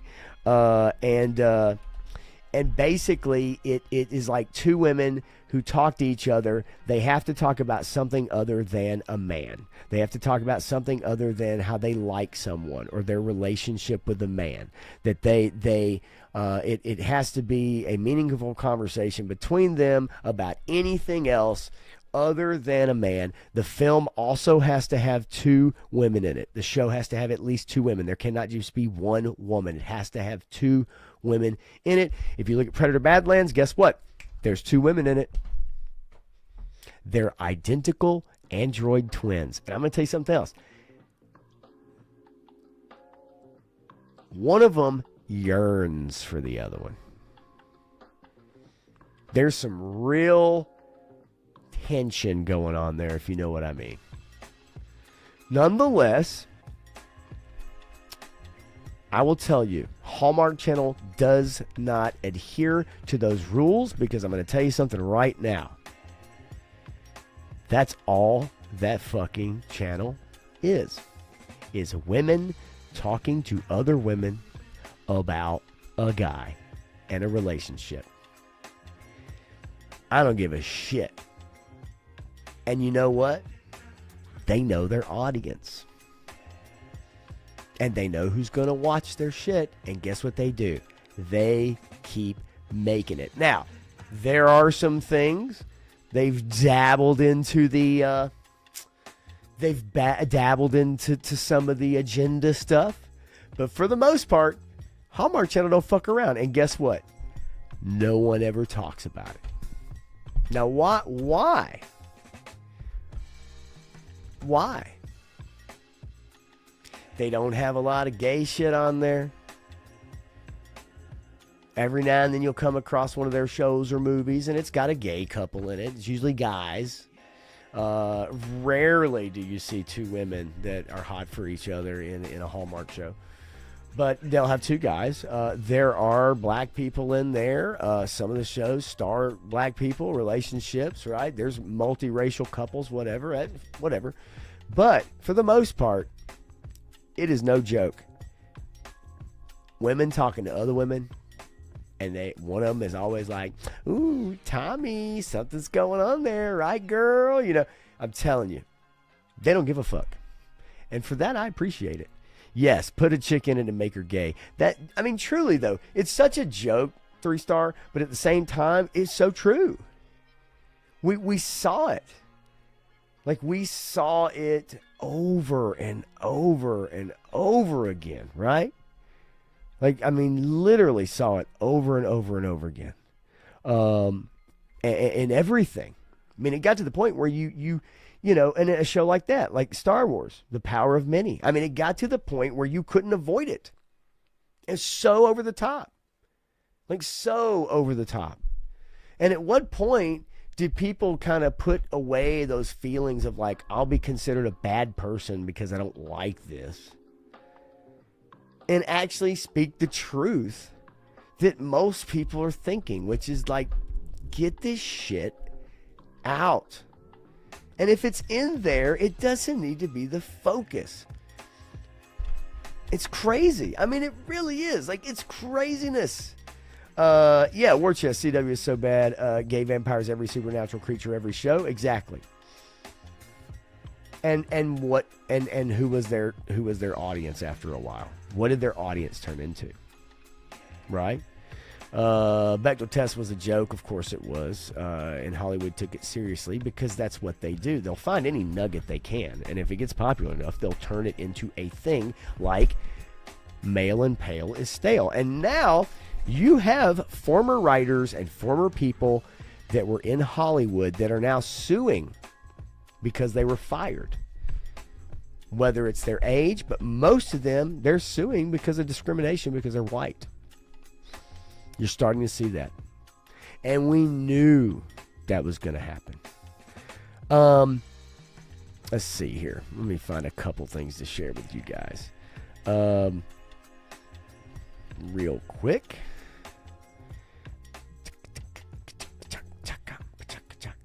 All right. God, I got a lot. I can't wait till Tuesday because I've got some fun fun things to show. If you guys want to know, I will drop the link for y'all in the chat if you want to save it. The first 5 minutes of Stranger Things has dropped, and you can watch the very first 5 minutes of it. I'll put it right there. That did drop on Netflix. No doubt about it. I want you to watch every lesbian feminist's worst nightmare. It's right here on the screen. I'm not going to play the song, but I will show the video right here. You can see it with your own eyes. It's actually quite funny, in my opinion. And here you go. Now she's performing. She falls. She gets saved. Look at this guy. This guy pulls her up, literally, from falling while performing. 2 guys lift her up, save her. Now watch her reaction. Look. Look at that shit. Look at her. Shakes her head like, get away from me. Get off me. Look. The guy's holding on to her to make sure she doesn't fall. Look. Look at this shit. Bitch almost falls to her death. I don't know. Off the stage, off the balcony, whatever. Off a truss. Right? Now look at this shit. And then what's the first thing that comes to her fucking mind? These fucking men. Get these fucking men off me right now. These dirty, heterosexual men. Get them off of me. And then watch. Look, one guy's like, please don't do that again.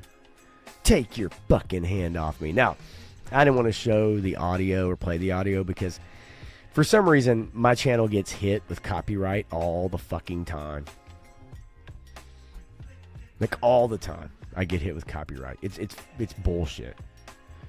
It doesn't matter because we're not monetized, but still, it gets old.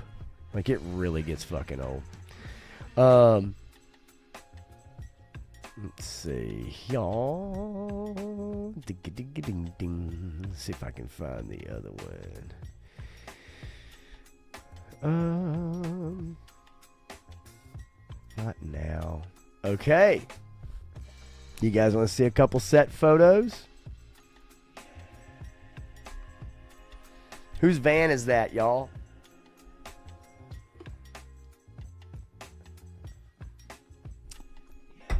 Whose van is that on the set of the new Spider-Man movie?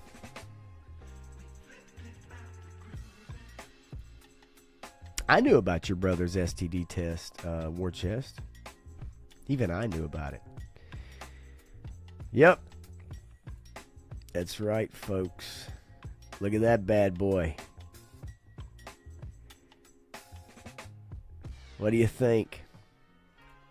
Hey, Joe, good to see you, man. Come by Tuesday night if you want to hang out with me and Matthew, 9 Central. We'll be going over these photos. Yeah, right.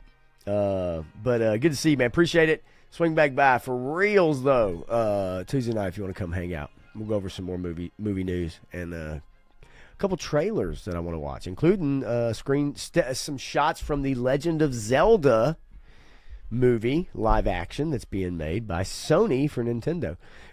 Anyway, so we get a couple shots of Frank's van here. And we get him talking to Frank through the windshield. Yeah, Eric, I doubt it. Now, the movie's it's not going to be R-rated. We know that. So there's certain things they're not going to show, whereas Daredevil Born Again was able to show a lot of violence and stuff like that. So we're not going to see that. We do have a Punisher special coming out, though, and I guarantee you that's going to be violent. Bernthal wasn't going to do it unless it was. So me and Matthew are going to kind of go over these photos as well, maybe speculate a little bit. Yeah, I'm stoked, man. Punisher and Spider-Man together, finally, after all these years. Okay, nope. I'm going to save this story for Tuesday with Matthew because I know he is going to be absolutely fired up. I've got a special story for you guys. Oh my God, I know I can't wait. So,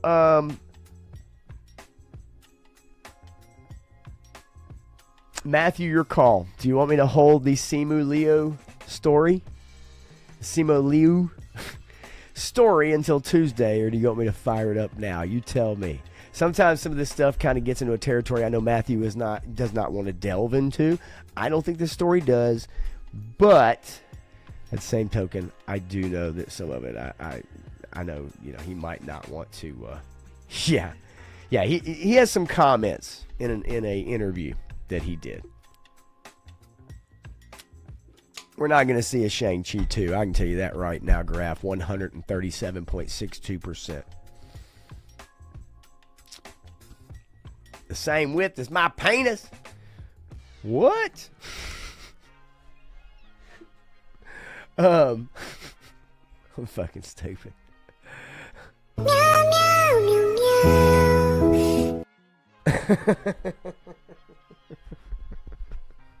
Okay. So should I save the Simu Liu story until Tuesday? Y'all tell me. Should I save it? Which I can. It ain't a big deal. It's really not that big of a story, actually. But I did find it interesting because he's such a piece of shit. Which we all know that. Let's see here. Boom, there we go. It says I don't care about the clip art model.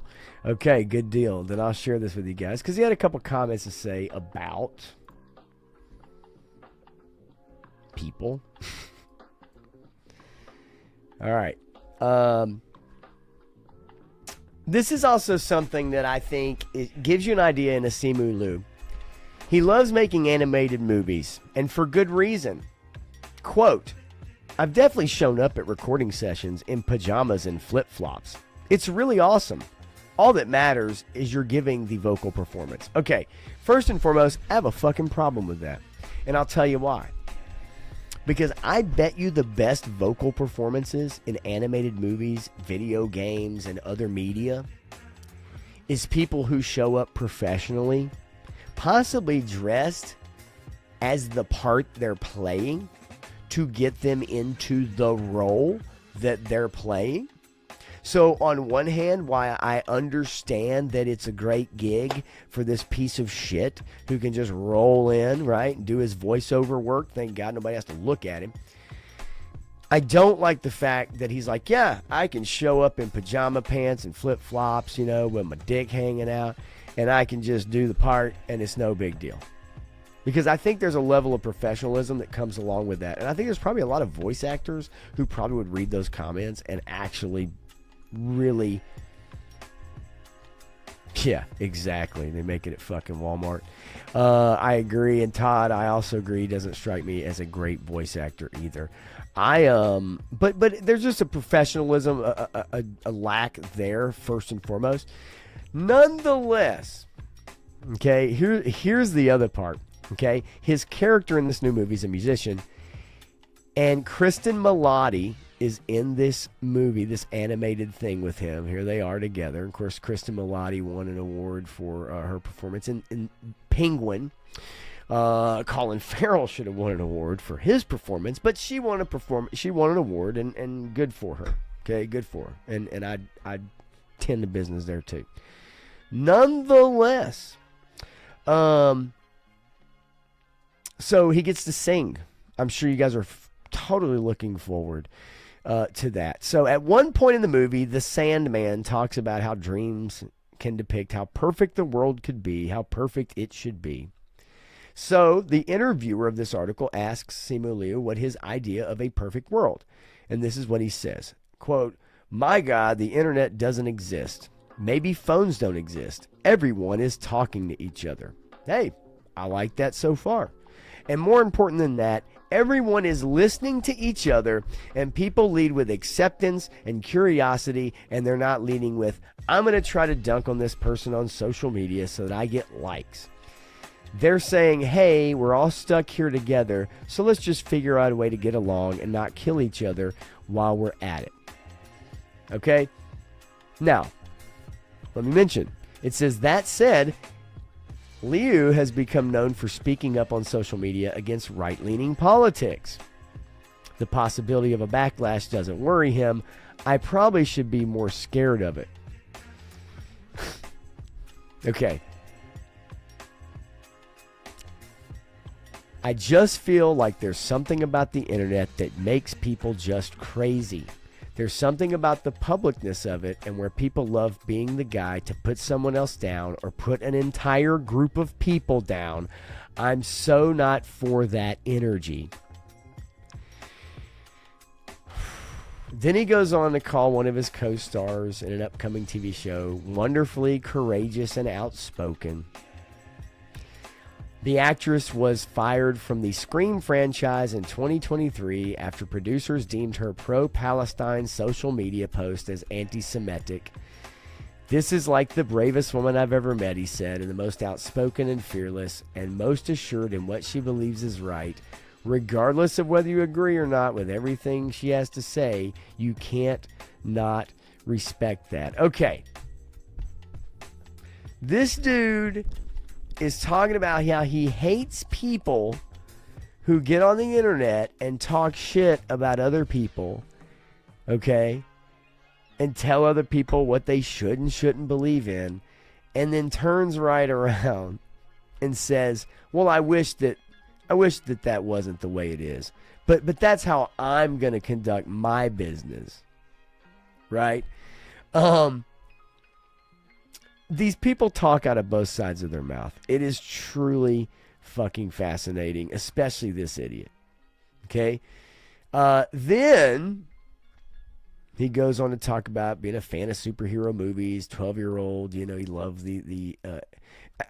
listen to this. Just listen to what Simu Liu says. So many actors I grew up watching superhero movies and get to play in that sandbox with them now. It's a dream come true. I grew up watching superhero movies and wanting to believe that the outcasts and the nerds and the weirdos could find it in themselves to have superpowers and save the day. That's what 12-year-old me clung on to. I still believe, for better or for worse, in the power of what those movies stand for today. It's kind of fashionable now to criticize superhero movies. I think that there's valid critiques, the way production's handled, the movies are made. But the idea of shitting on superhero movies as a genre, I don't know, because I'm speaking as somebody who just loved them watching as a kid. I can't even take any of that seriously because I don't see how Simu Liu was a nerd or an outcast, right? I don't see it. And I think that that's his way after the prior bullshit that he's put out there that people have dropped off his fucking bandwagon. Is now his way of trying to get people on his side by telling them he was a nerd and a geek and he loved comics and superheroes and all that shit because the guy's such a fucking tool. I think whoever fans he really truly had, I think he has definitely lost. Personally, are there people out there that do? Yeah, sure. I'm sure there's people that are big fans of his. Not that many, right? I mean, let's just be honest. Not that many. I'm going to turn the music down, and I want to show you guys a story that I came across. You've probably seen it, but I definitely want to show you guys this story. And someone mentioned AI earlier. Okay, so I want to bring this up, and I want to show you this to you guys. And I think this is a scary place, I think, right now for AI. And I want to get you guys' thoughts on this. And before I do, let's see, real quick. Given how karma works, gonna be do a Big Trouble in Little China. It's gonna cast Simu Liu. You're probably right. And I loved Kevin Conroy. Absolutely. Love him. And I'm sure most of all of you guys do too, right? I mean, look, Kevin Conroy, he he passed away. I don't think it has to do with flip flops and all that stuff, right? I think we could definitely say that. But nope. No, it's not. I think you guys are going to be disgusted by this. This is real. This is a real thing. I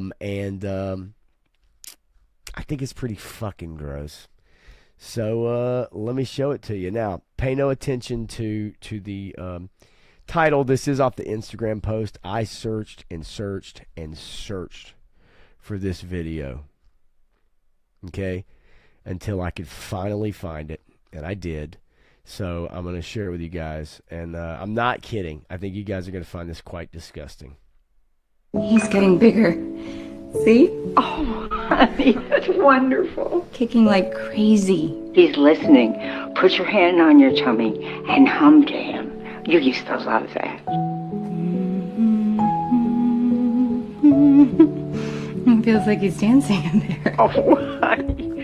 Mom, would you tell Charlie that bedtime story you always used to tell me? Once upon a time, there was a baby unicorn who didn't know he knew how to fly. This baby unicorn was like your mom because she didn't know that she knew how to fly, but she knew how to do all kinds of fabulous things. Hi, Grandma. Hey, Charlie. How was school today? It was really fun. I made this crazy shot in basketball. I don't really care that much about basketball. What about the crush? Stop. Grandma, stop talking. Just tell me one thing. Look who's gonna be a great grandmother. Oh, Charlie. Oh, congratulations. She says that he's been kicking a lot, though. Like, a little too much. Tell her to put her hand on her tummy and hum to him. You loved that.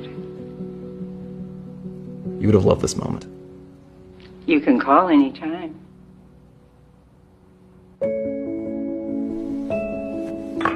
Okay, Mom, I just need a quick video. Is this like an audition or something?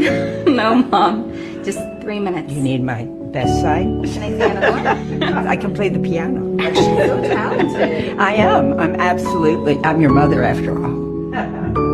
Keep going. Why don't you start by telling us a little bit about yourself? Well, I was born as a very young child. I would hope so. Okay. This is an AI program designed basically for you to take 3 minutes with someone who's about to fucking die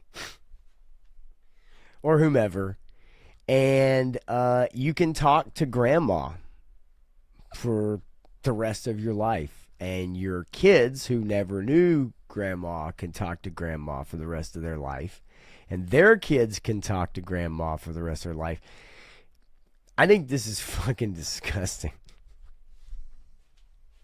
I think it's fucking gross. I think there's a natural part of life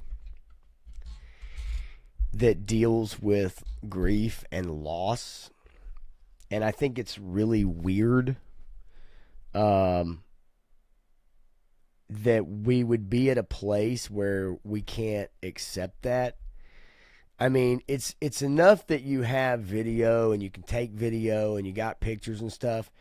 But when you have an AI grandma 20 years from now answering questions for you and like talking to you, I think there's just something creepy about it.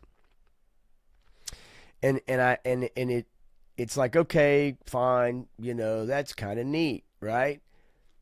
Then you start going down the deep dive with it on what you have now, where you have programs, you have people that are out now. And unfortunately for those people, when AI came along, I think it's blown their shit out of the water. But where they're actually like making they're making images of people's relatives and then implanting like memory AI and stuff and trying to bridge that gap where they still have that person in real life at home.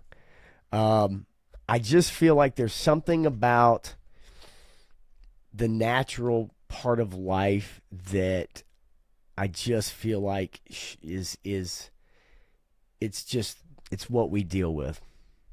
And I think when we start introducing stuff like this, you know, where your son's son is sharing pictures with grandma that they never met, there's no connection, no emotional connection.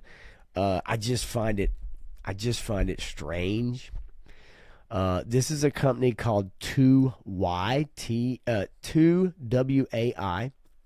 based out of LA. And this is their main gig. Now, my question becomes, when you go to your parent who's like in their 70s or 80s, and you're like, hey, Mom, I just need 3 minutes of your time, and you start asking them weird fucking questions and shit like that, how does that conversation go? And do you think someone that's that old is cool with like do you think they'd be okay with that? Because I don't think my mom, I don't think most people I know would be okay with that. Like, I think they'd look at it and go, this is really weird. Like, this is really, I'm not cool with this. Give me 1 sec.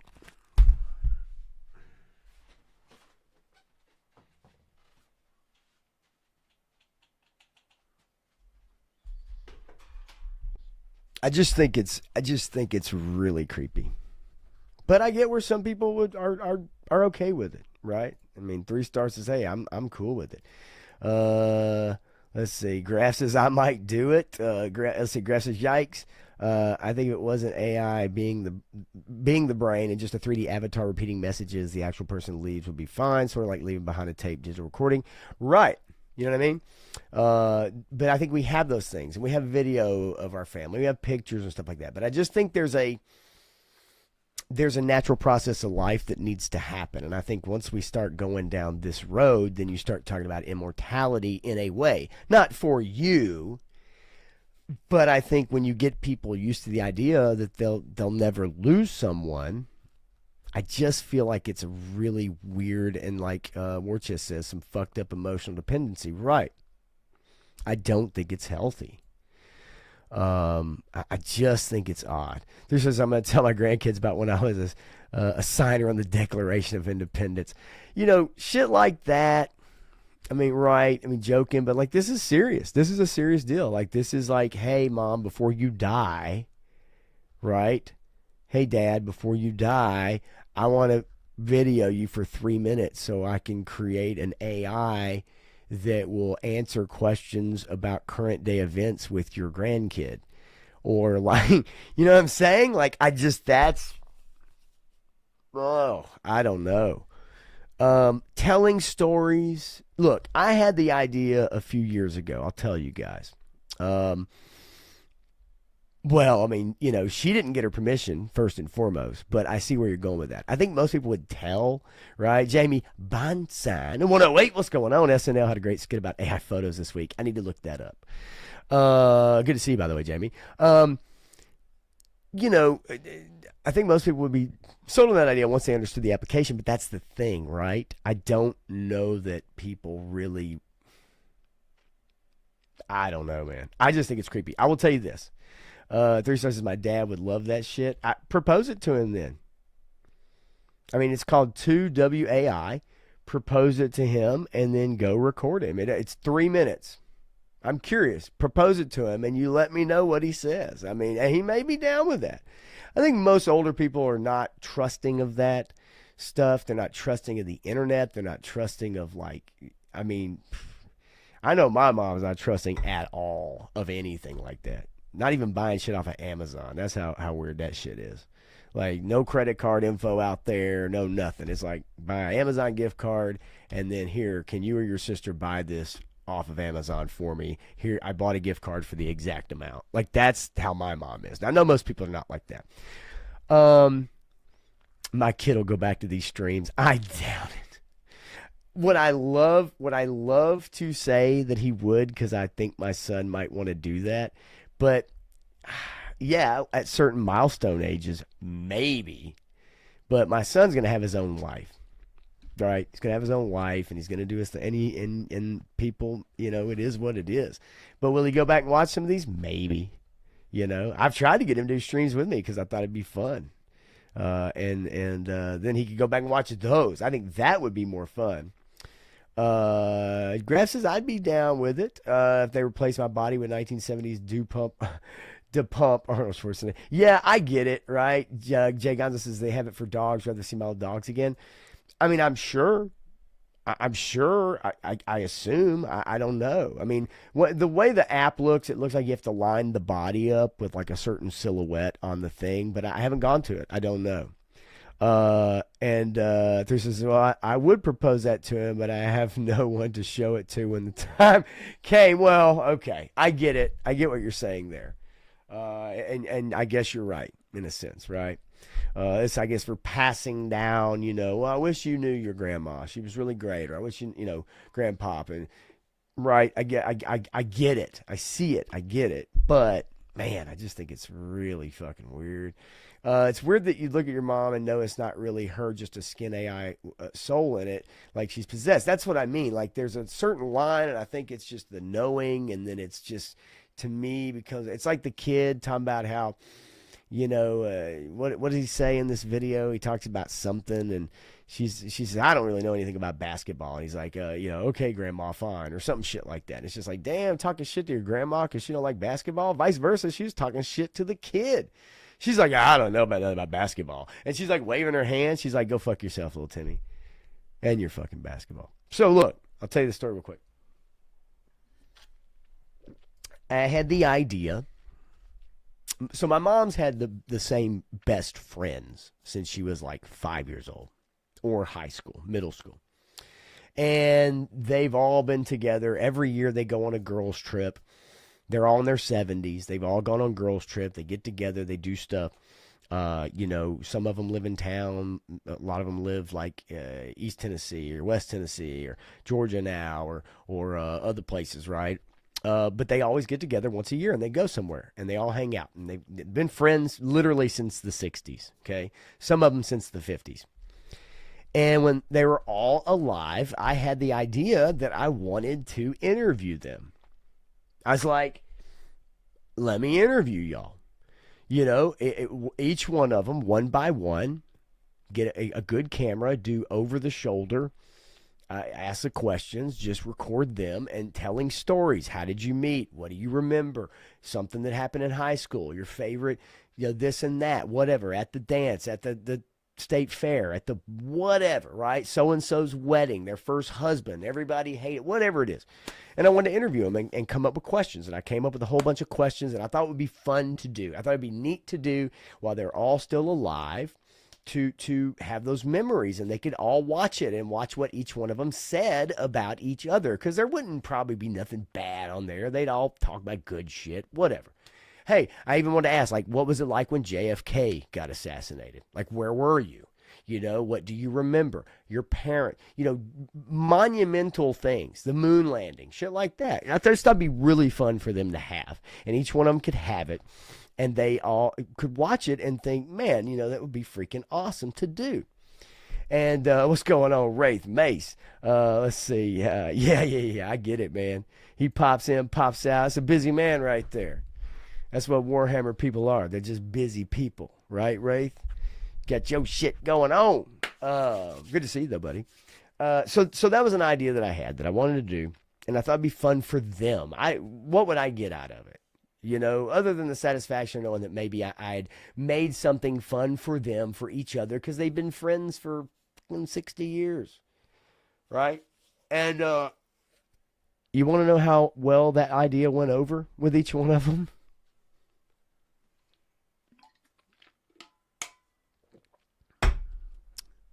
Take a guess. Nobody wanted to do an interview. And it wasn't even an interview. They all know who I am, so it wasn't like some stranger.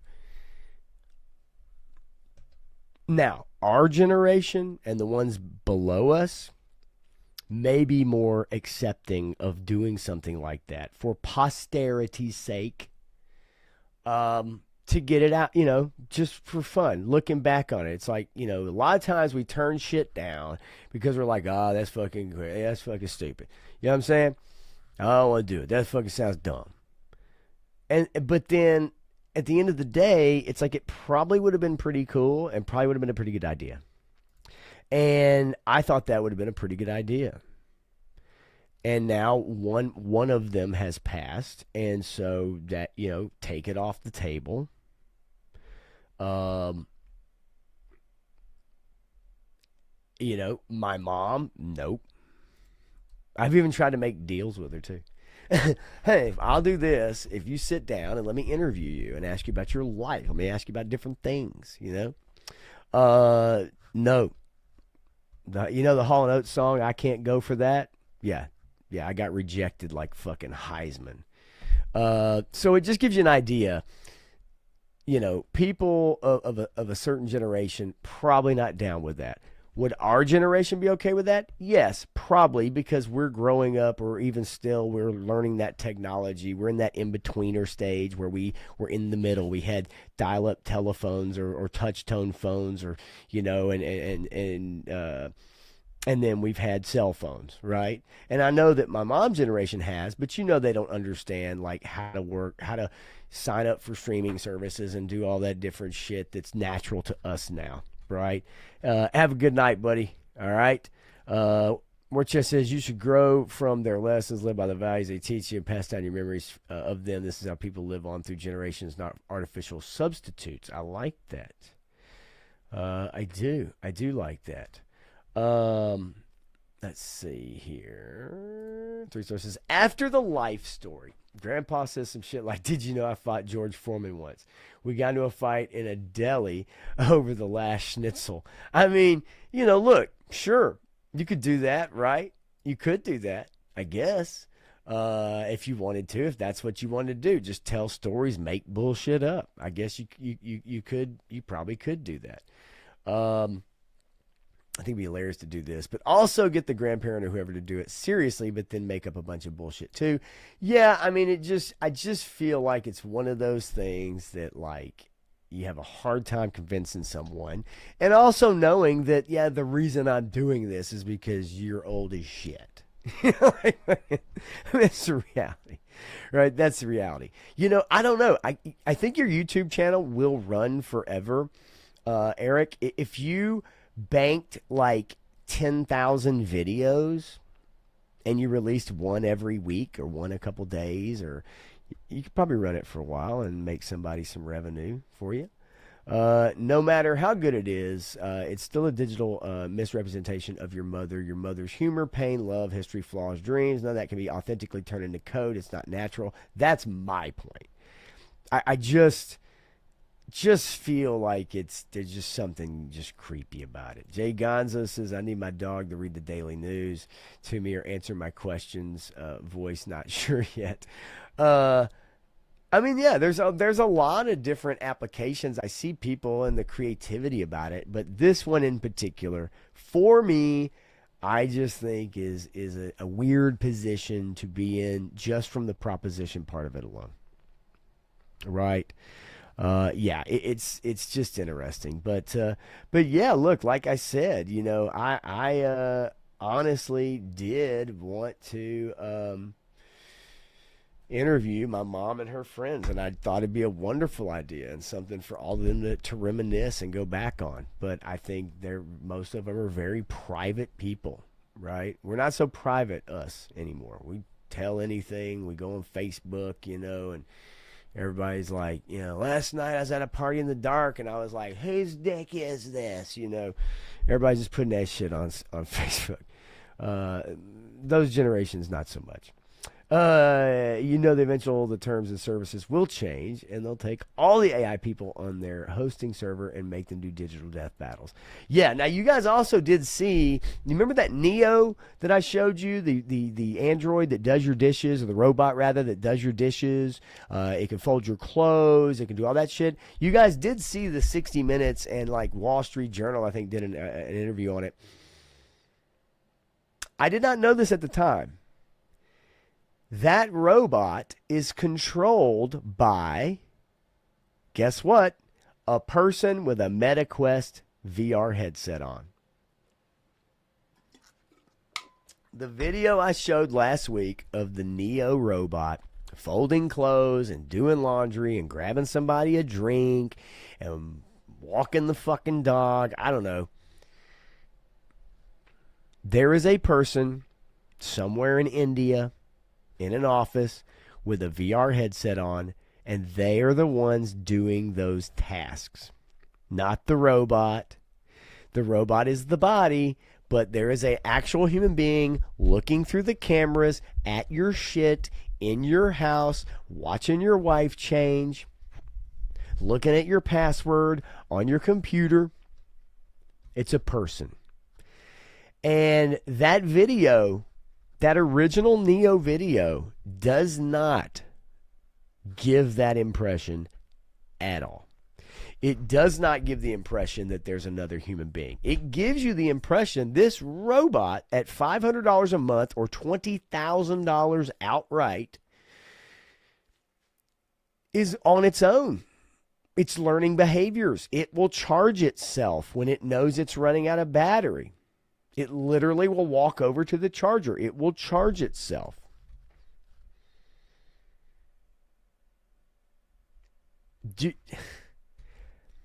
That's complete misrepresentation, right? Like, that is, to me, like the extreme misrepresentation. And in this video, and I'll share it with you guys real quick. I'll show it. I showed it last week. They don't say that. And today, launching Neo, our humanoid for the home. Neo, the robot, Nini. Let you live with it. Yeah. You're just not telling me? Well, what does it do? Like my chores. I just leave and I come back and they're all done. Are you kidding me? No.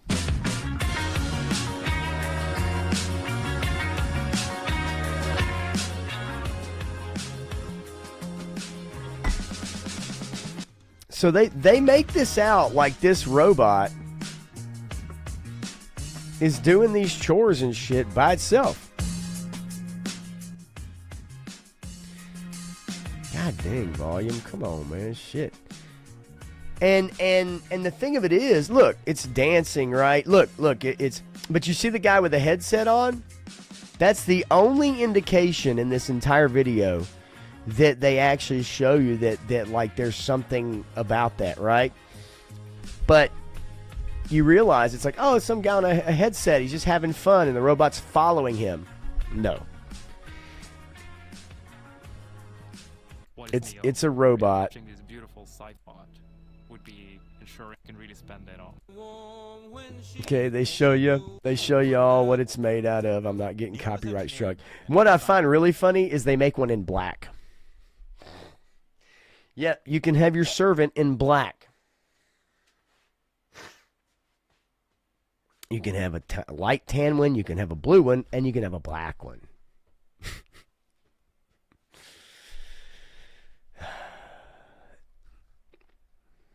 Transform your life at home. It can now watch this shit, okay? But safe doesn't mean it shows you all the specs, right? It shows you all the specs. It shows you what it's made out of. It's this really super fucking communist cloth, like this really beige. This is what they want humans wearing, by the way, just so you know that, right? Chest. Okay, so here's what I said. These robots. Here's the thing. Okay, now that we know that this robot has a person behind it on VR, okay? You know people are going to get weird with this shit, right? Somebody's going to be fucking this robot. Somebody's going to put holes in this motherfucker, and they're going to be fucking this robot. Some bitch is going to put a strap on it and fuck this robot. Somebody's going to get pissed off at work, and they're going to come home, and they're going to beat the shit out of this robot and take out their fucking aggression on it. And you know who's on the other end? A son of a bitch with a VR headset watching some funky bitch fuck the shit out of it. Or watching somebody commit roboticide, beating the shit out of their fucking robot while they're on the other end. Because you know, you turn shit over like this to people, they're going to get freaky with it. Because people naturally are freaky. If there are any chores that your Neo hasn't learned how to do, They just are. People are fucking freaky. You know they are. Let's see. Is the gray one not accepted by the other two because he's a gray boy? Yeah, right. Yeah, War Chest probably is making a strap on. Now look, again, you see this thing. It's doing the laundry. It's putting your, look, folks, come on, man. You need a fucking robot to push your shoes together? Do you really need a robot to push your fucking shoes together? I haven't seen the robot kitchen, but I have seen the robot in the kitchen. Okay? Yeah, Neo formers, humans in disguise. It's very strange. It really is.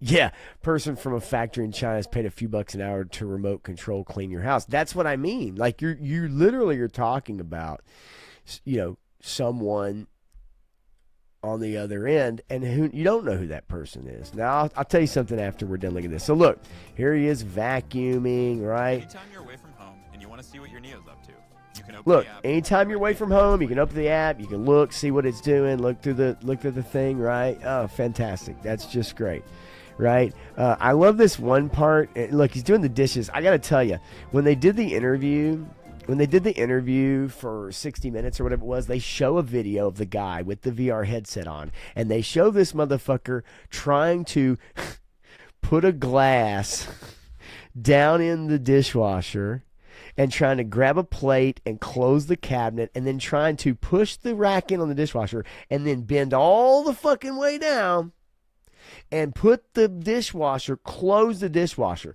And this robot is like getting its twerk on, and it's so low to the ground, and I'm like, this motherfucker's going to fall over. Like, there's no way this thing is going to bend all the way down. And it sure as fuck did, but it took forever.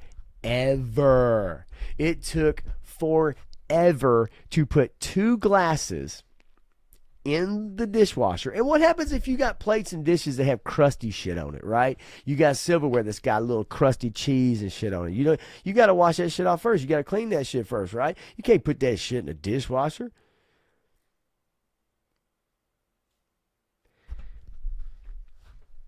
Took forever. Two fucking glasses.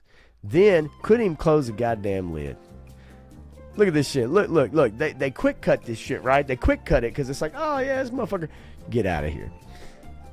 Oh, here. I'm sorry. Let me straighten your fucking pen. While you're at work, I'm going to close your toilet. Like, what people... I mean, we're literally getting into fucking Wall-E. Right? Wall-E world. And then look, self-charge enabled. So you're in your mind, you're like, God damn, this motherfucker's gonna walk up to the wall. It's gonna charge itself when it's getting low. Hell yeah, this shit is dope. Like, so for somebody's got $20K to blow or $500 a month, right? You think, hey, I'm doing pretty good in life. I got a housewife. She don't have to work, right? She can wear the Lululemon pants all fucking day and look sexy for all the other guys when she goes to the restaurant because I'm at work busting my ass making all that money so she can sit on her fucking ass all day. And so you're like, but I'm doing real well for myself. I want to have one of these fucking robots. Maybe do the Eiffel Tower with my wife in the middle, right? With the robot. And you're like, I think I want one of these. I want one. It can charge itself. I can sit on my ass, okay? I can sit on my ass. Or I can be like this old fucker and ask it questions. No, that's cayenne pepper. Also, your glasses are on your shirt. Could I use this in my chili? Oh, I don't fucking know, old man. You ever made chili before? You know what fucking pepper is?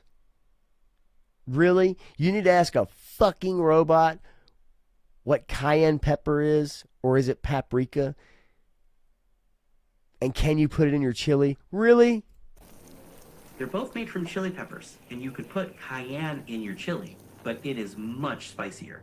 Neo is a speech-enabled AI companion. I mean, what are we fucking talking about? So check this shit out. Look, what if all of a sudden Grandma came over? Grandma's sitting at the fucking where table, other right? AI assistants are confined to your phone And then or computer, you're like, Grandma's Neo sitting lives down, and all of a with sudden she looks up and she sees this fucking thing staring at her. It's a fucking frag viper.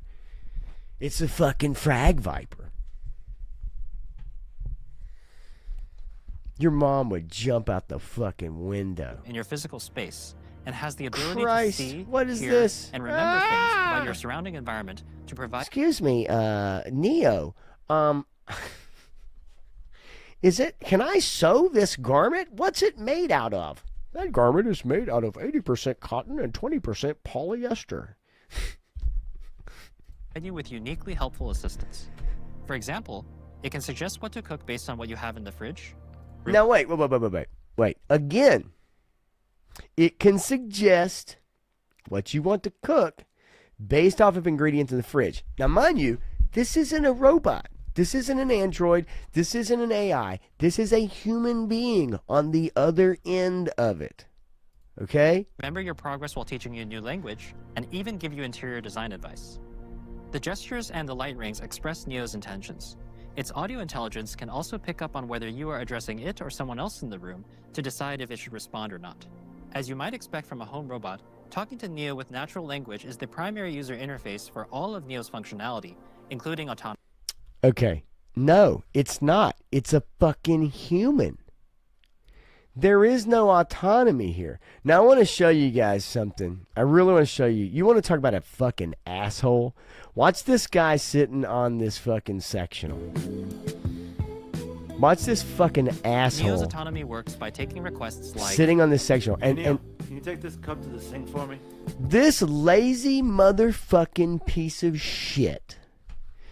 This fucking man bun having fucking wife beating wearing white socks up to the fucking knee having motherfucker reading his fucking book with his fucking two elephants fucking each other sculpture on the goddamn coffee table. This bitch is outside reading the fucking book, and this motherfucker says, "Hey Neo, can you put this fucking cup up for me? I'm a lazy piece of shit." And breaking it down into simple steps, such as walking to the person, grabbing the cup. By the way, this is sped up. And then walking the cup to the kitchen, and then putting it away. All right, now look. Dude picks the cup Autonomy up. improves with diverse data and He has to look how look. As Neo does more chores. He just poured that shit. He just poured that fucking wine right in the plant. Neo said, "Fuck you, motherfucker. Ordering me around. I'm throwing this shit right in the fucking plant, you asshole." You'll receive updates to your Redwood model that increase the And your wife's shit too. complexity of tasks that Neo can handle, such as finding your keys and wallet or doing Are you look at this bitch? Look at this bitch sitting on the couch. For real. full laundry cycle end to end. Boy, that fucking book better be real damn good. For $500 a month, $20,000, so she can sit on her ass and read this fucking book. Look at him. Look at him get down. Look at this motherfucker get low. Watch this shit. Twerk time. Look at that shit. Look at that shit. Tell me. I swear to God, tell me there ain't gonna be some chick fucking strap something on this motherfucker and get low with this motherfucker. While some poor Indian kid is on the other end, right? Having to watch that shit. Look at this motherfucker. Hey, Neo, I'm a lazy fucking piece of shit. Hang my shit up while I walk around and look at my really funky, weird-ass green carpet rug. I think I'm gonna sit over here on this side now, Neo, because you done took my fucking spot with fucking laundry, you asshole. Eventually, Neo will become fully autonomous, capable of helping you with anything around the house. That's a fucking lie.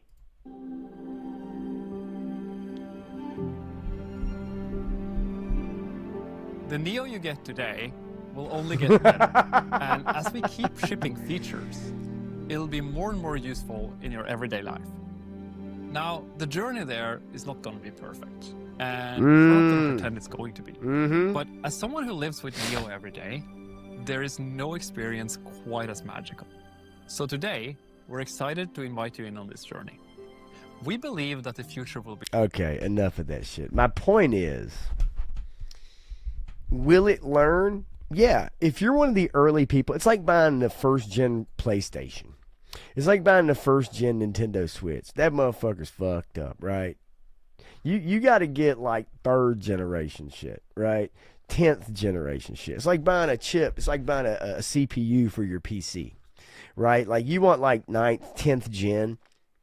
You don't want that brand new motherfucker off the showroom floor because that shit's going to fuck up on you. It's the same thing with Neo. You pay $20,000 and then the motherfucker like 2-3 years later behind you, your best buddy, he shows up with one with the latest model that actually has the built-in dick or maybe the built-in titties on it, and yours didn't come with that shit. You had to like weld that shit on your motherfucker, right? Or you had to stick balloons up top, or you had to put a big giant sock in there, right? And then but your buddies has already got the good shit, right? And it can talk and it can like speak 10 languages and shit.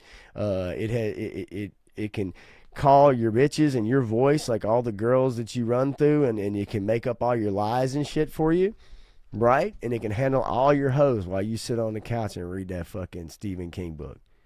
I mean, yeah, it's learning though, right? Human is like training wheels.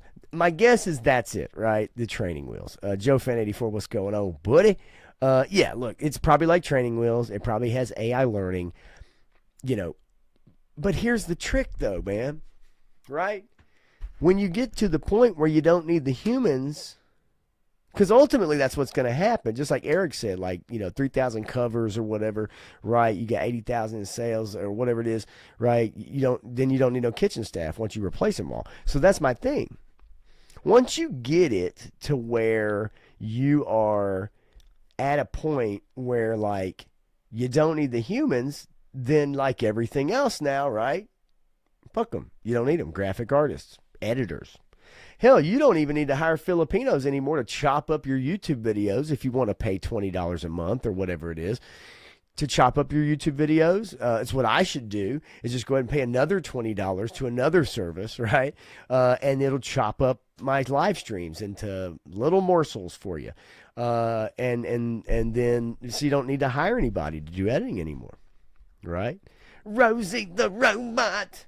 I'd be okay with it dusting and cleaning my house when I'm at work. 3 sources sign me up.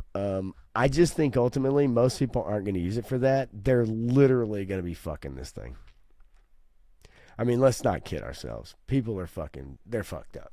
And that's what they're going to do. You know, cleaning is a bonus. It's just like having a wife. Except it probably will fuck you whenever you want to. Yeah, Neo. Figure it out, huh? Figure it out, folks. That's all I gotta say. But anyway, so on the subject of AI, before I get out of here, I will say this. On the subject of AI, yeah, exactly. Thank you. Neo would hold the camera and do the work. I told you, Eiffel Tower, Eric. Eiffel Tower. Fucking put body paint on that motherfucker and put black lights up and shit, and you could have your own boogie night scene and shit, like crazy fucking shit. Do a fucking rave with Neo. Get crazy with that motherfucker. That's what I'm talking about. Man, Joe Fan, you better quit lying. You better quit lying right now. Tell me your mind don't work. I mean, cleaning the house is the most boring thing.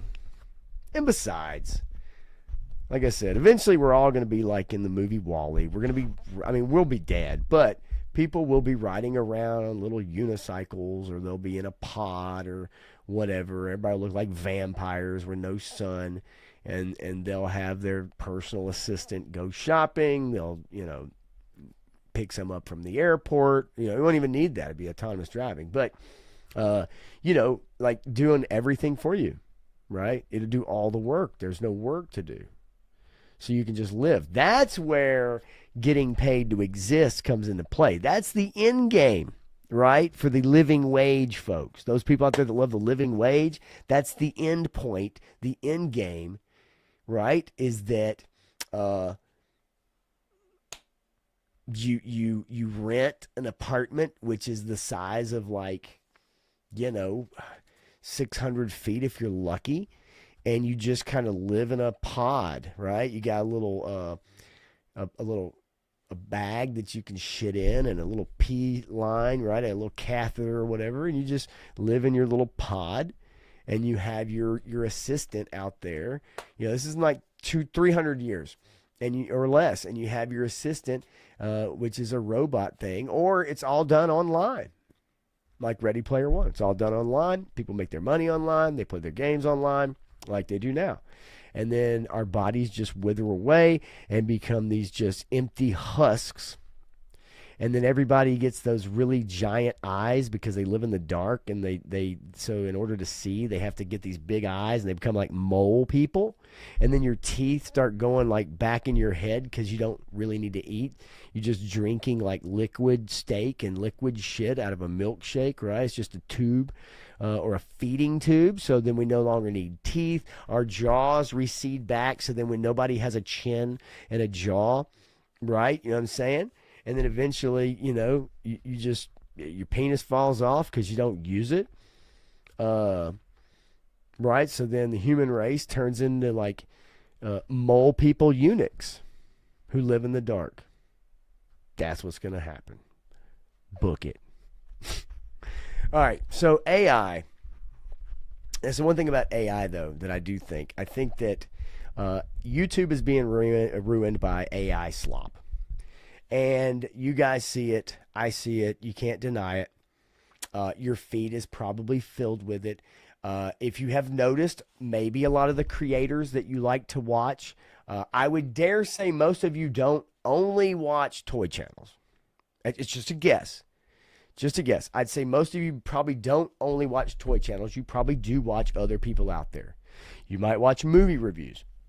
You might watch trucks being put together. You might watch plumbing videos. You might watch, right? Okay, but here's the thing. A lot of those videos, okay,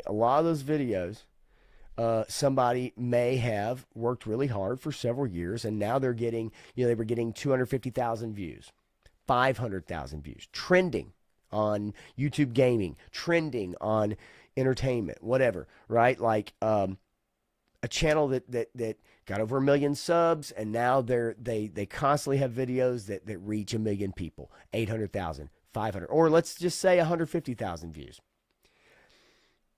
Recently, we've seen a huge downgrade in the amount of views that people are getting. A huge downsize in the number of views people are getting. Big channels or medium-sized channels or even small to mid channels that were getting 100,000 views, 500,000 views are now 3-star. Have a good night, man. I'll talk to you soon, buddy.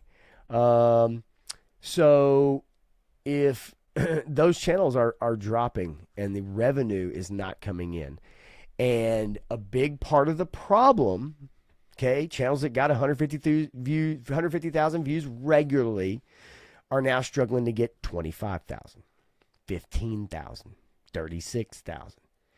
And a lot of what's happened is you have a lot of these people in foreign countries that are basically stealing content or doing AI slop videos, shorts. And they have 15 different channels all putting out the same content, and it's all AI and it's all shorts. And it's flooding YouTube. And now what you have is advertisers who are now deciding to not advertise. So the advertising revenue and the amount of these videos that are coming out are now not recommending. People are not getting their recommended shit of the people they watch in their feed. How many of you guys have noticed that your feed is full of a bunch of shit that you don't watch, that you don't look up? And the people that you do watch, yeah, it's still in there. Some of it's still in there. Dude, I am getting fucking channels recommended me left and right. Shit I don't give a fuck about. People I don't care about. And now the advertisers are not advertising. So now YouTube has become like the dead internet theory, where you have a lot of channels that aren't even run by people. It's literally auto uploaded, hundreds of thousands of videos and shorts uploaded continually around the clock. And people that are creators are really suffering. And it's because now AI has become to a point where pretty much anybody can use it. You yourself can go out there and you can make 20 different YouTube channels. Yes, you can get the programs to automatically, you can AI, you can steal, and you can get programs that will automatically upload your videos around the clock, nonstop. And you will get ad revenue. But the ad revenue now is from like casino apps, right? Like cheap, you call it shovelware type shit, right? And it's changed the whole economy now of YouTube, to the point where a lot of people are now not being able to actually make a living, when for 8 years, 10 years, 15 years they were actually able to make a living.